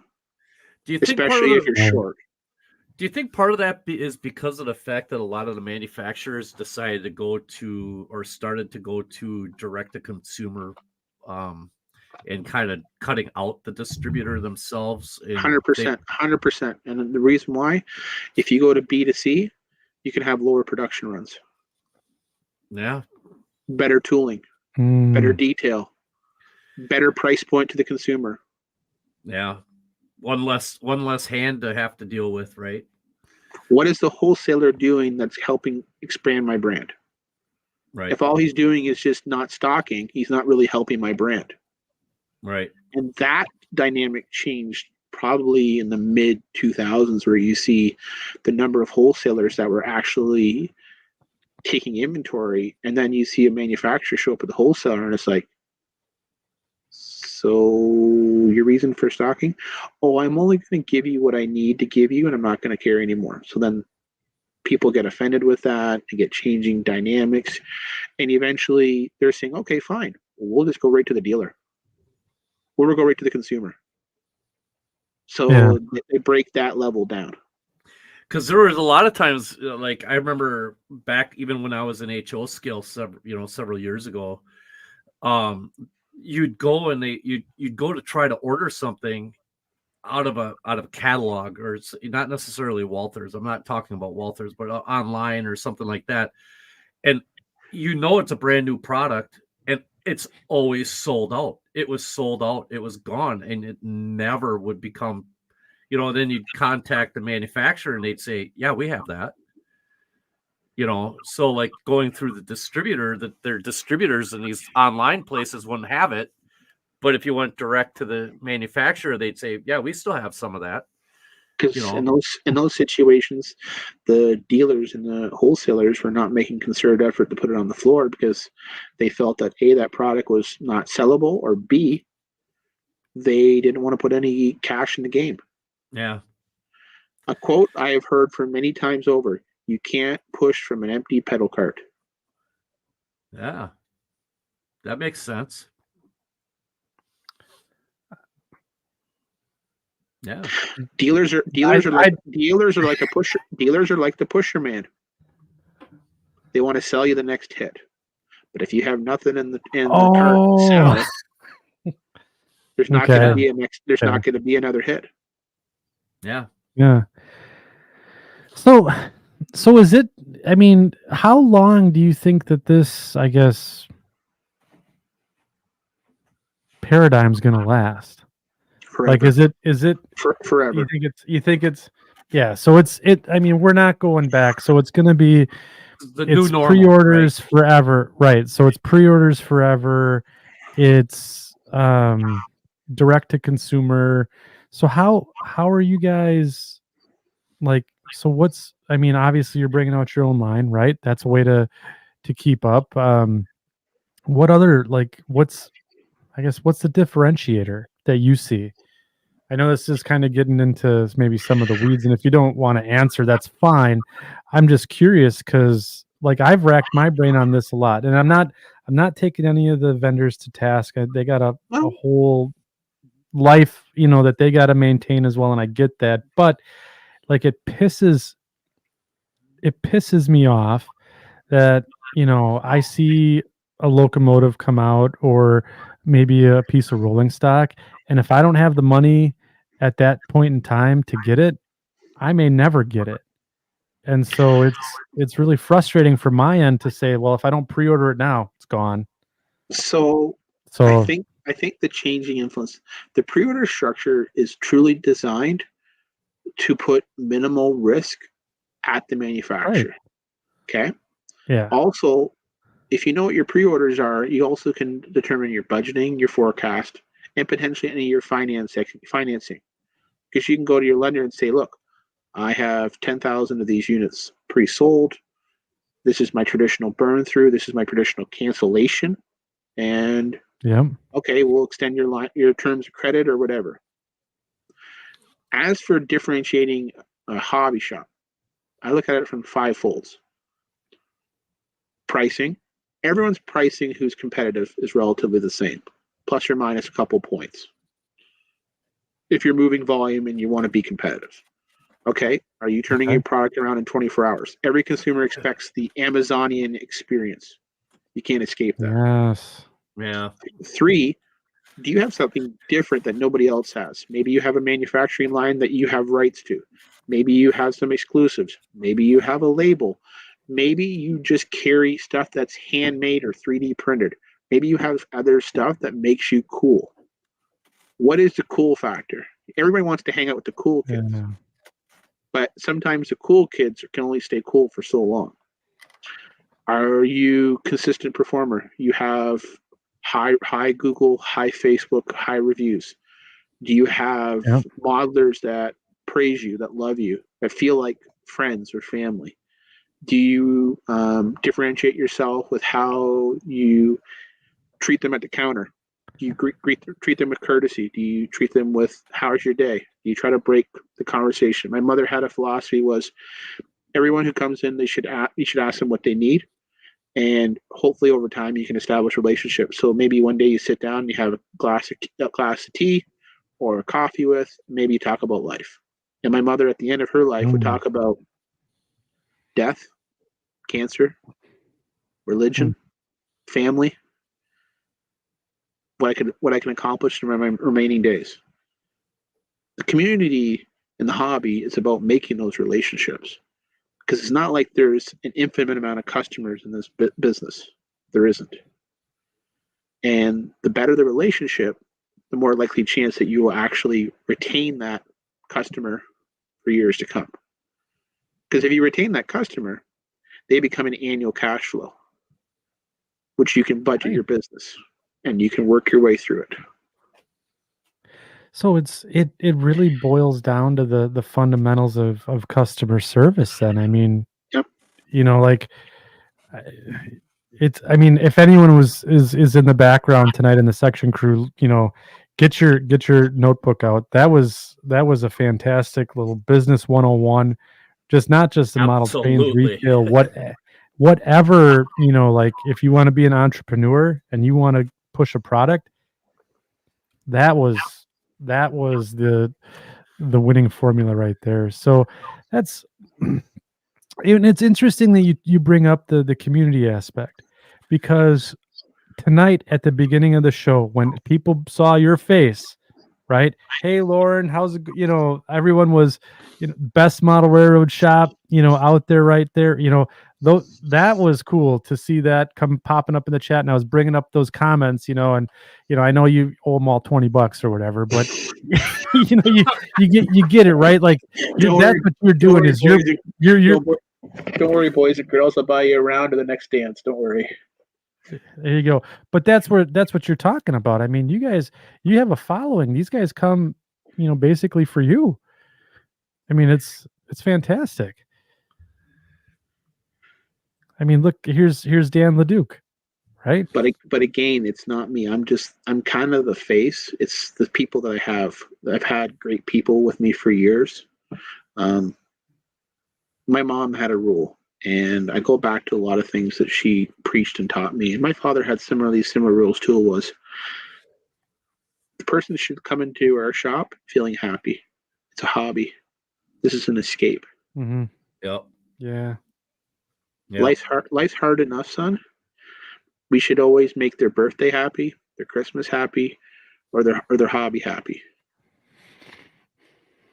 So, and a lot of people you saw at Springfield came up to me and shook my hand or hugged me, or I'm this little Ontario kid, and or you saw how much I was laughing with Ken and all those guys. I mean, it's just how it is.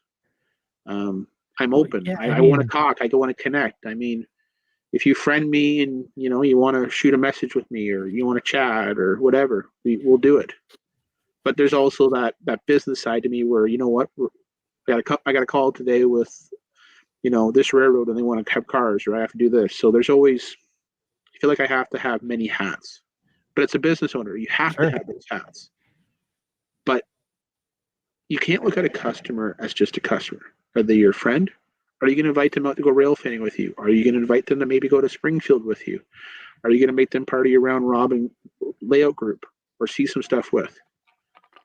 Eventually, maybe, they might become part of the family where, they need help with their layout, or help with something, or moving, or whatever, or barbecue, or, every year when we did our event, I had 20, 30 guys that were customers that were there before the event started and said, Lauren, what can we do today for the community? What can we do today? Every time. Yeah. So I think that's a really good statement. And yeah, I think you're 100%. And what can you do for the community? I mean, we were, kind of when we were chatting at St. Louis, I mean, basically it was, we had we carried on for 10, 12, 15 minutes. And, then Randy Timmerman came by and whisked me away. But, but I mean, it was super easy to talk to you. Like, I felt like, you and I had hung out in college, and, we're on the couch where, with pies on our head or whatever it was that he said. Right. So I certainly, can see that 100%. So Mike, looked like you were about to say something there. don't want to bogart the. I'm not a pie on the head, guys. Let's just set the record. I was just gonna say that I'm not a sounds pie on the head guy. that sounds kind of weird, you know. No. I'm no, a tie. What did you say? I'm a tie on the head. A tie. Oh, A tie on the head. I see that. Pie on I'm the getting head, old. a pie on their head. I'm like, Yeah. who puts a Yeah. pie on their head? Yeah. You know, whatever. No, I was gonna say Yeah. similar things. Andy, you and I have actually had conversations about our own podcast in similar ways. You know, how to be more engaging and how to bring our section crew into and be more involved, and how to make them feel more a part of the show, so it's not just us two guys sitting here jabbering away, because ultimately, like, kind of like a hobby shop, not the same thing, Lorne, but I mean, it's just kind of like we're not doing this for us. We're doing this for all of everybody out there, so that we can help educate and give back to the people from a hobby that's given us so much enjoyment. We want to give that same enjoyment back. That's part of how this whole thing started. And to go way back into the conversation, when you mentioned talking to your buddy about 6 months and everything else like that, that's how this all started. Andy and I were talking one day, and he said, "Hey, you still want to do a podcast?" And I'd be like, "Sure." And then, like, 3 months later would go by, and it'd be like, "Hey, remember that conversation we had about doing a podcast? Yeah. You still want to do that? Sure." Then about 3 more months go by, and the next thing, "Hey, do you remember that podcast thing? Yeah. Should we still do that? Yeah. Let's do it. We're done talking about it. Let's do it." And that's how this all started. So I totally got that when you said that. That was awesome. But I think anytime a manufacturer, a hobby shop, a podcast, or just the modeling community in general, whenever they get together, whenever people can help others and give back, especially in the form of knowledge, and it is really, really what this is all about. Because the old days of keeping secrets for themselves are gone. It's all about helping everybody, and it doesn't matter what scale you're in, because a lot of the things we do transcend scales. It doesn't matter if you're in S like me, or HO or N. There's things that can be done that doesn't matter what side, or O, or whatever. So that is awesome. We just had one of those go through Neenah, Wisconsin not too long ago, about a month. What is this? That's my happy place. Yeah, that's a cool caboose. Neenah, Wisconsin, or this caboose? No, not Neenah. No. Lorne, what do we have on the screen? One of my prize babies. This is another reason why I make stuff in the community. The community reached out to me many times and said, "Hey, we'd love to see this." I will buy one of those. As you noticed, my face had a big smile when I brought this on the screen. I will be buying one of those when it comes out. I want to make things that the community wants and will support.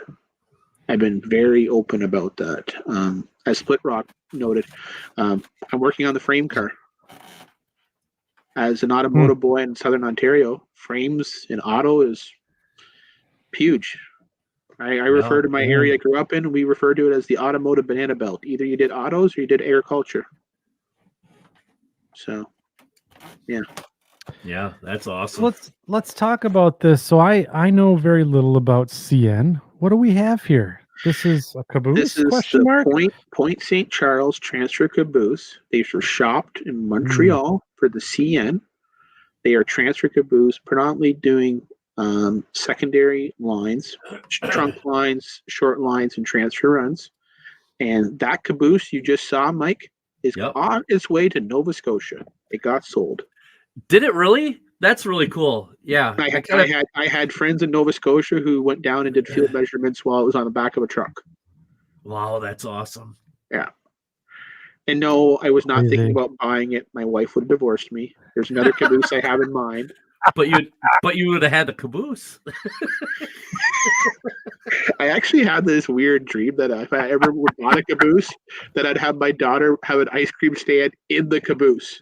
That's a good idea. Oh, It's actually very common. sounds like fun. It's very common. Yeah, same So- thing.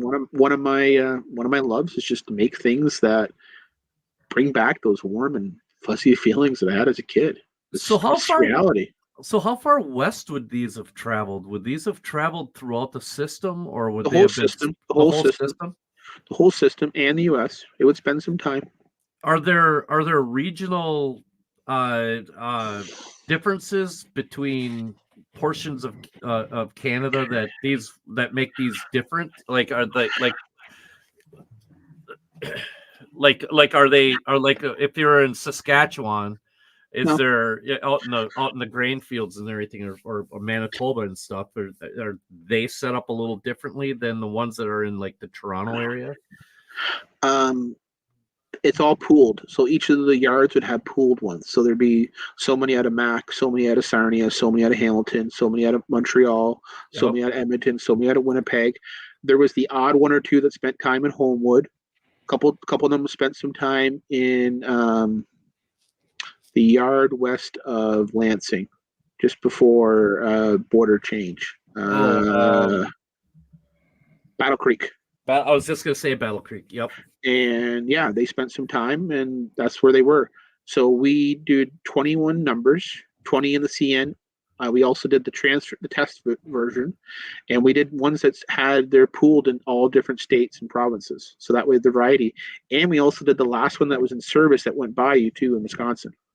Wow, that's awesome. Yeah. Oh man, That is so cool.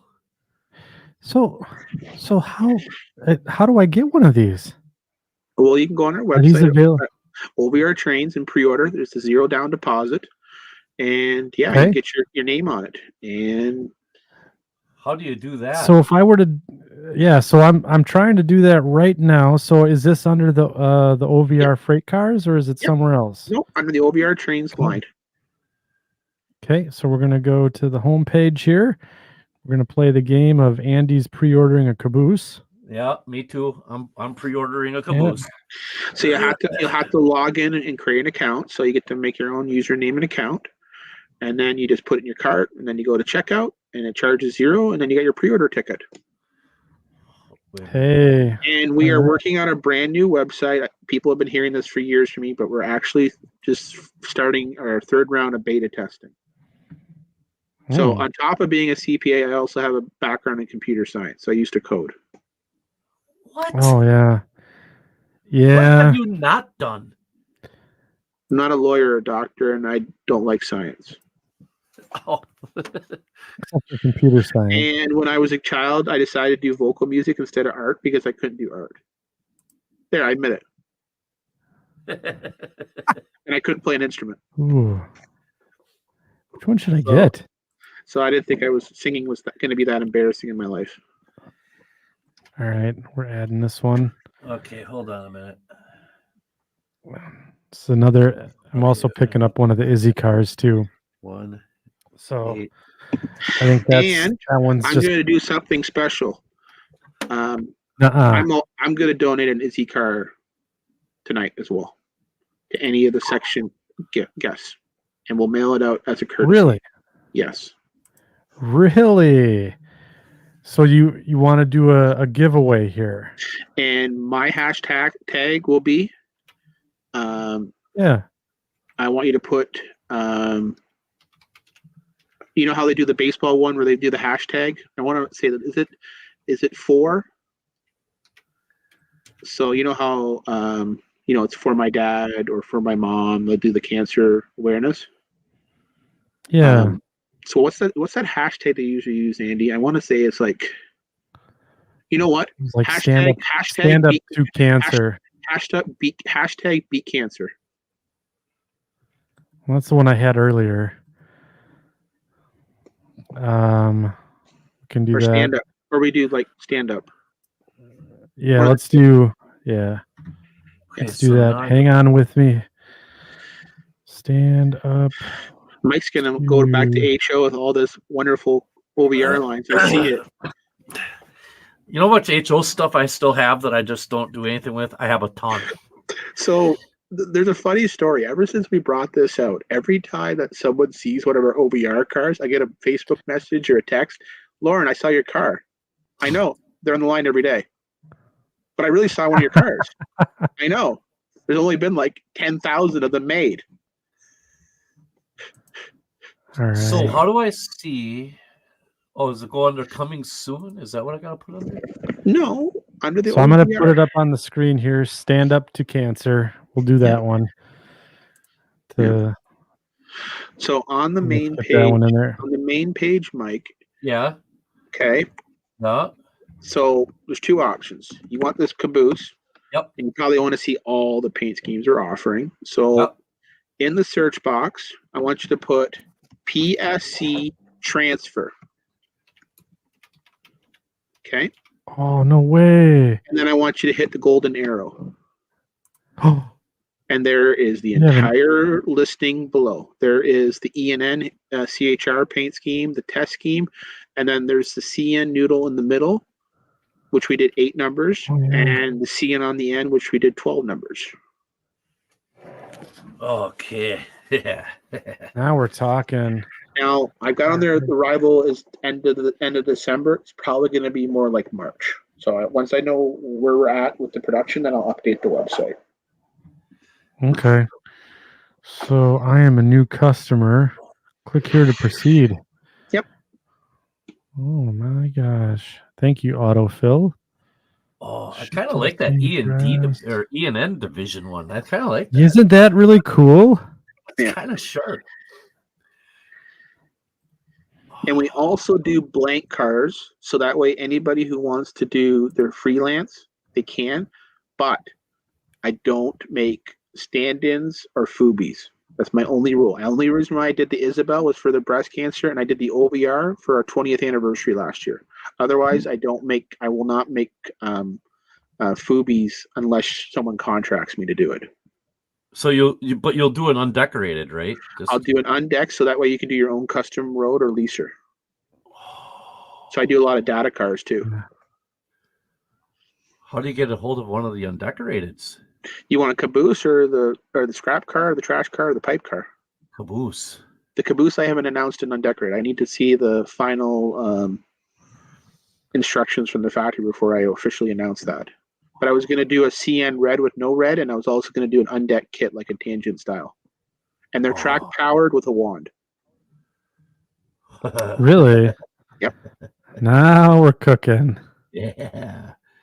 Yeah. Yeah. All right. So I have gone and placed my order. Here we go. PayPal. Getting my wallet. It's empty. Oh man. You don't need to. And I got your order on the screen. You just got to finish up the payout, and you're done. Yeah. Just like See? that. I think I'm done now. I think I actually got it. The show is turning into it's out of control for me. The spending is just nuts. Oh, so the one on with the CN noodle on the CN logo on towards the end of the car is a little earlier paint scheme, and the one with it in the middle of the car is a newer paint scheme, right? Batches. They were batches. So they came out in different batches off the line. They all came in the same 14-month period. Wow. Yeah.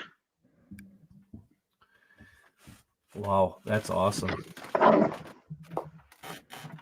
I got. All right, let me see how many. Let me see how many we got in here now. We got 32 entries here to stand up to cancer.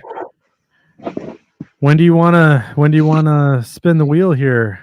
When we get to 38, which is the age of myself. There we go. All right, let's get a few more in there. Boy, look at this. This is what I love about the show. Getting those orders in. Got 2 caboose in pre-order. I just pre-ordered mine. I mean, if you're modern day CN, I'm not. but I'm getting one because These are around in the 80s. These are around in the 80s. Were they? Till now. Were they? Yeah, till just now. Yeah, they were built in like what, 77, someplace in there, right? Yeah, they're a late build. And they were active right up until the mid 90s, and then they were put into basically pusher, platform, and other. But again, area I grew up with, it was the common van on the way freight. That's a cool car. Uh-oh. We got 38. Boom. We're there. Let's do it. We're there. Yeah. All right. Ooh, 39 now. Let's see here. We'll add that 39 and we'll call it. All right, let's do this. So we'll bring up the old wheel of second section wonder. Stand by here. The giveaway tool. All right. So hashtag stand up to cancer. We got 40 entries in there right now. So we're going to do the big drawing here. We'll disqualify second section if it comes up because we will not win. Oh my Sue goodness. the Milwaukee Road. Come on. Another Minnesotan. This is definitely rigged. This is totally rigged. I love this. I absolutely love it. Congratulations. Oh, man. We are never going to hear the end of this out of those two at all. Yeah, the Twin Cities are the winners tonight. Yeah, Twin Cities winners. Yeah. Oh, my good golly. Well done. Well done to William and Thomas, because I'm going to use their surname. And thank you, Lorne, for doing that tonight. So I think that's absolutely fantastic. So, Mike. Yes. Or Lorne, did you have some more things that we needed to cover this evening?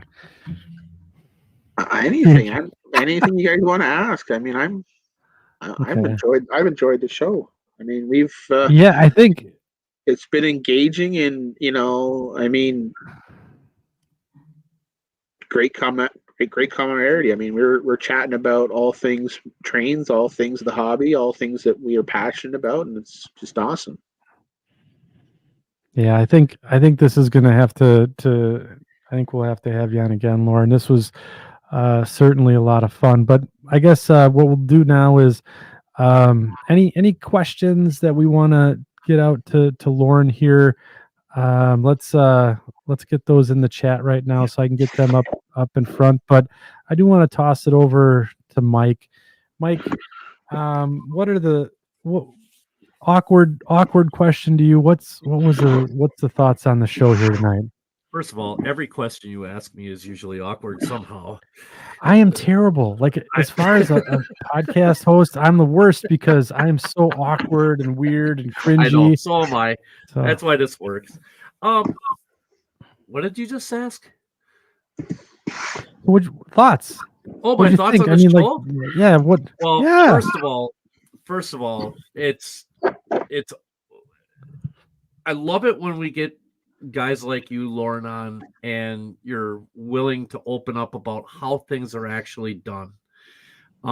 It really, so often we see and hear people doing nothing but grumbling about how the hobby is going and everything else like that. And then when you're able to pull that curtain back and actually see how things are being done and why they're being done, and the passion for the projects that you're doing, it really makes a lot of things like put you back at ease. And then it really endures you to like yourself and to Otter Valley and stuff. Like Andy was saying at the beginning, it was nothing but love for you out of the gate. My pocketbook now does not like you very much, as you can see. But you're just funding my child's future university. It's okay. We're good. That's good. Yeah, and I'm gonna want an undecorated one. So anyway, but it's in all seriousness, it's really been really awesome, I think, tonight, because this wasn't just a show tonight about model railroading. We got into a couple of topics tonight that model railroad podcasts and typically it's really tough conversation to have. And with the breast cancer stuff and being open about those things, and I thought that was amazing, and I thought the whole show was absolutely fantastic. And thank you, Lorne, for everything that you've been doing. And I wish nothing but continued success for Otter Valley and for yourself, and we're in the hobby. We're really lucky to have you in this hobby, and thank you very, very much for being a part of it. Yeah. Thanks for having me. I'm just getting one last picture to kind of cement things for you guys. I know. No, I'm all for it. I think let's bring it on. And you know, like I said, this has been a really fun show, and I do want to thank the late night models, Joey, coming on tonight and doing the giveaway, and that's fantastic. And I think the second section is going to get in on the donation game here for the breast cancer awareness. So we'll go ahead. The second section podcast will be ponying up and matching what we have from Joey and his donation tonight as well. So I know Mike and I sent a quick message to each other prior to, but yeah, we'll be taking some of the donation seriously here as well. So, yep. All right, let's get back to the fun stuff here, Lorne. What you got? Just give me a second. Just give him a second. That's right. So I'm here it comes. Oh. Yeah, you gotta admit that's sharp, boys. That's nice. Shiny. That's very shiny. It's gonna look real good on the end of one of my trains. There is me in the cab. No way. Yep. Hey, that's actually. Wait a minute. Are those louvers on the side of the caboose? Yeah. Yeah. Huh. And 5 years ago, I was working on the art with Atlas, and there's the model. Imagine that. Wow. A picture of me in 1996 recovering from breaking my femur. I'm in the top of the cupola with a picture out. And I got to live probably the greatest childhood memory I ever had. That's awesome. That's phenomenal. So, if anybody knows me, every time I make something, there's always a madness to my mind. Always. That's awesome. There's always a party with it, for sure. I think that is the perfect spot to end the show. Yes. Tonight. Absolutely. So, the caboose, how fitting, right? So, Lorne, I want to thank you again for taking the time. I know you're a busy guy, and I want to encourage the section crew tonight to go out and take a look at Lorne's. He's out on Facebook. Check out his Facebook page. He's got a lot of posts going on there, and then he's also, the OVRtrains.com. Make sure you're visiting his hobby shop and just getting in on these really cool cars that he's offering. So I can't thank you enough. I think we're going to have you back on the show for sure if you'd have us, because this was a blast for me. So I truly appreciate it. And to leave that, so the website. Go ahead. To leave that note with everybody, this is our booth from last year at Springfield. I put it up on the screen to share. We'll be at Springfield again this year, and come and see us. That's awesome. Yeah. And that's our nice, big, beautiful display. There's my buddy Chris, who his YouTube channel is Go Via or Go Home, and he runs 2 shows a week. Great guy. Been friends with him for a long time. We have a crew that we go down with every year. This will be our 4th year. We have the same 5-6 guys, and it's like Springfield is our pilgrimage. So that'll be my ride and die guys for the next 30 years of my life. That's awesome. I love Go Via or That Go sounds Home. familiar, doesn't it, there, Andy? Yeah. I love that. I love that YouTube channel. As they said in Bad Boys, we ride together, we die together. Bad boys for life. You betcha. Yeah. So very good. So Lorne, thanks again. Mike, great show tonight. And we're gonna try a different we're gonna try a different outro this evening. I don't know if it's gonna work or not, but we'll see how it goes. But again, make sure you check out Lorne at ovrtrains.com. And then if you guys are so inclined, if you want to support the podcast, go ahead and subscribe to the YouTube channel. That is the best way to support us. It's free, and you get to find out when we have great people like Lorne coming on the show. So again, thank you, section crew. We're going to be back in a couple of weeks with a modeling topic for all of us. We are going to be bringing back the short line of the show and the locomotive of the show. Those are going to be on the books. I know a lot of people have been asking about that. And so we got a big slate of fun coming up here in the fall. So we look forward to seeing you all in 2 weeks. Good night, everyone. Night.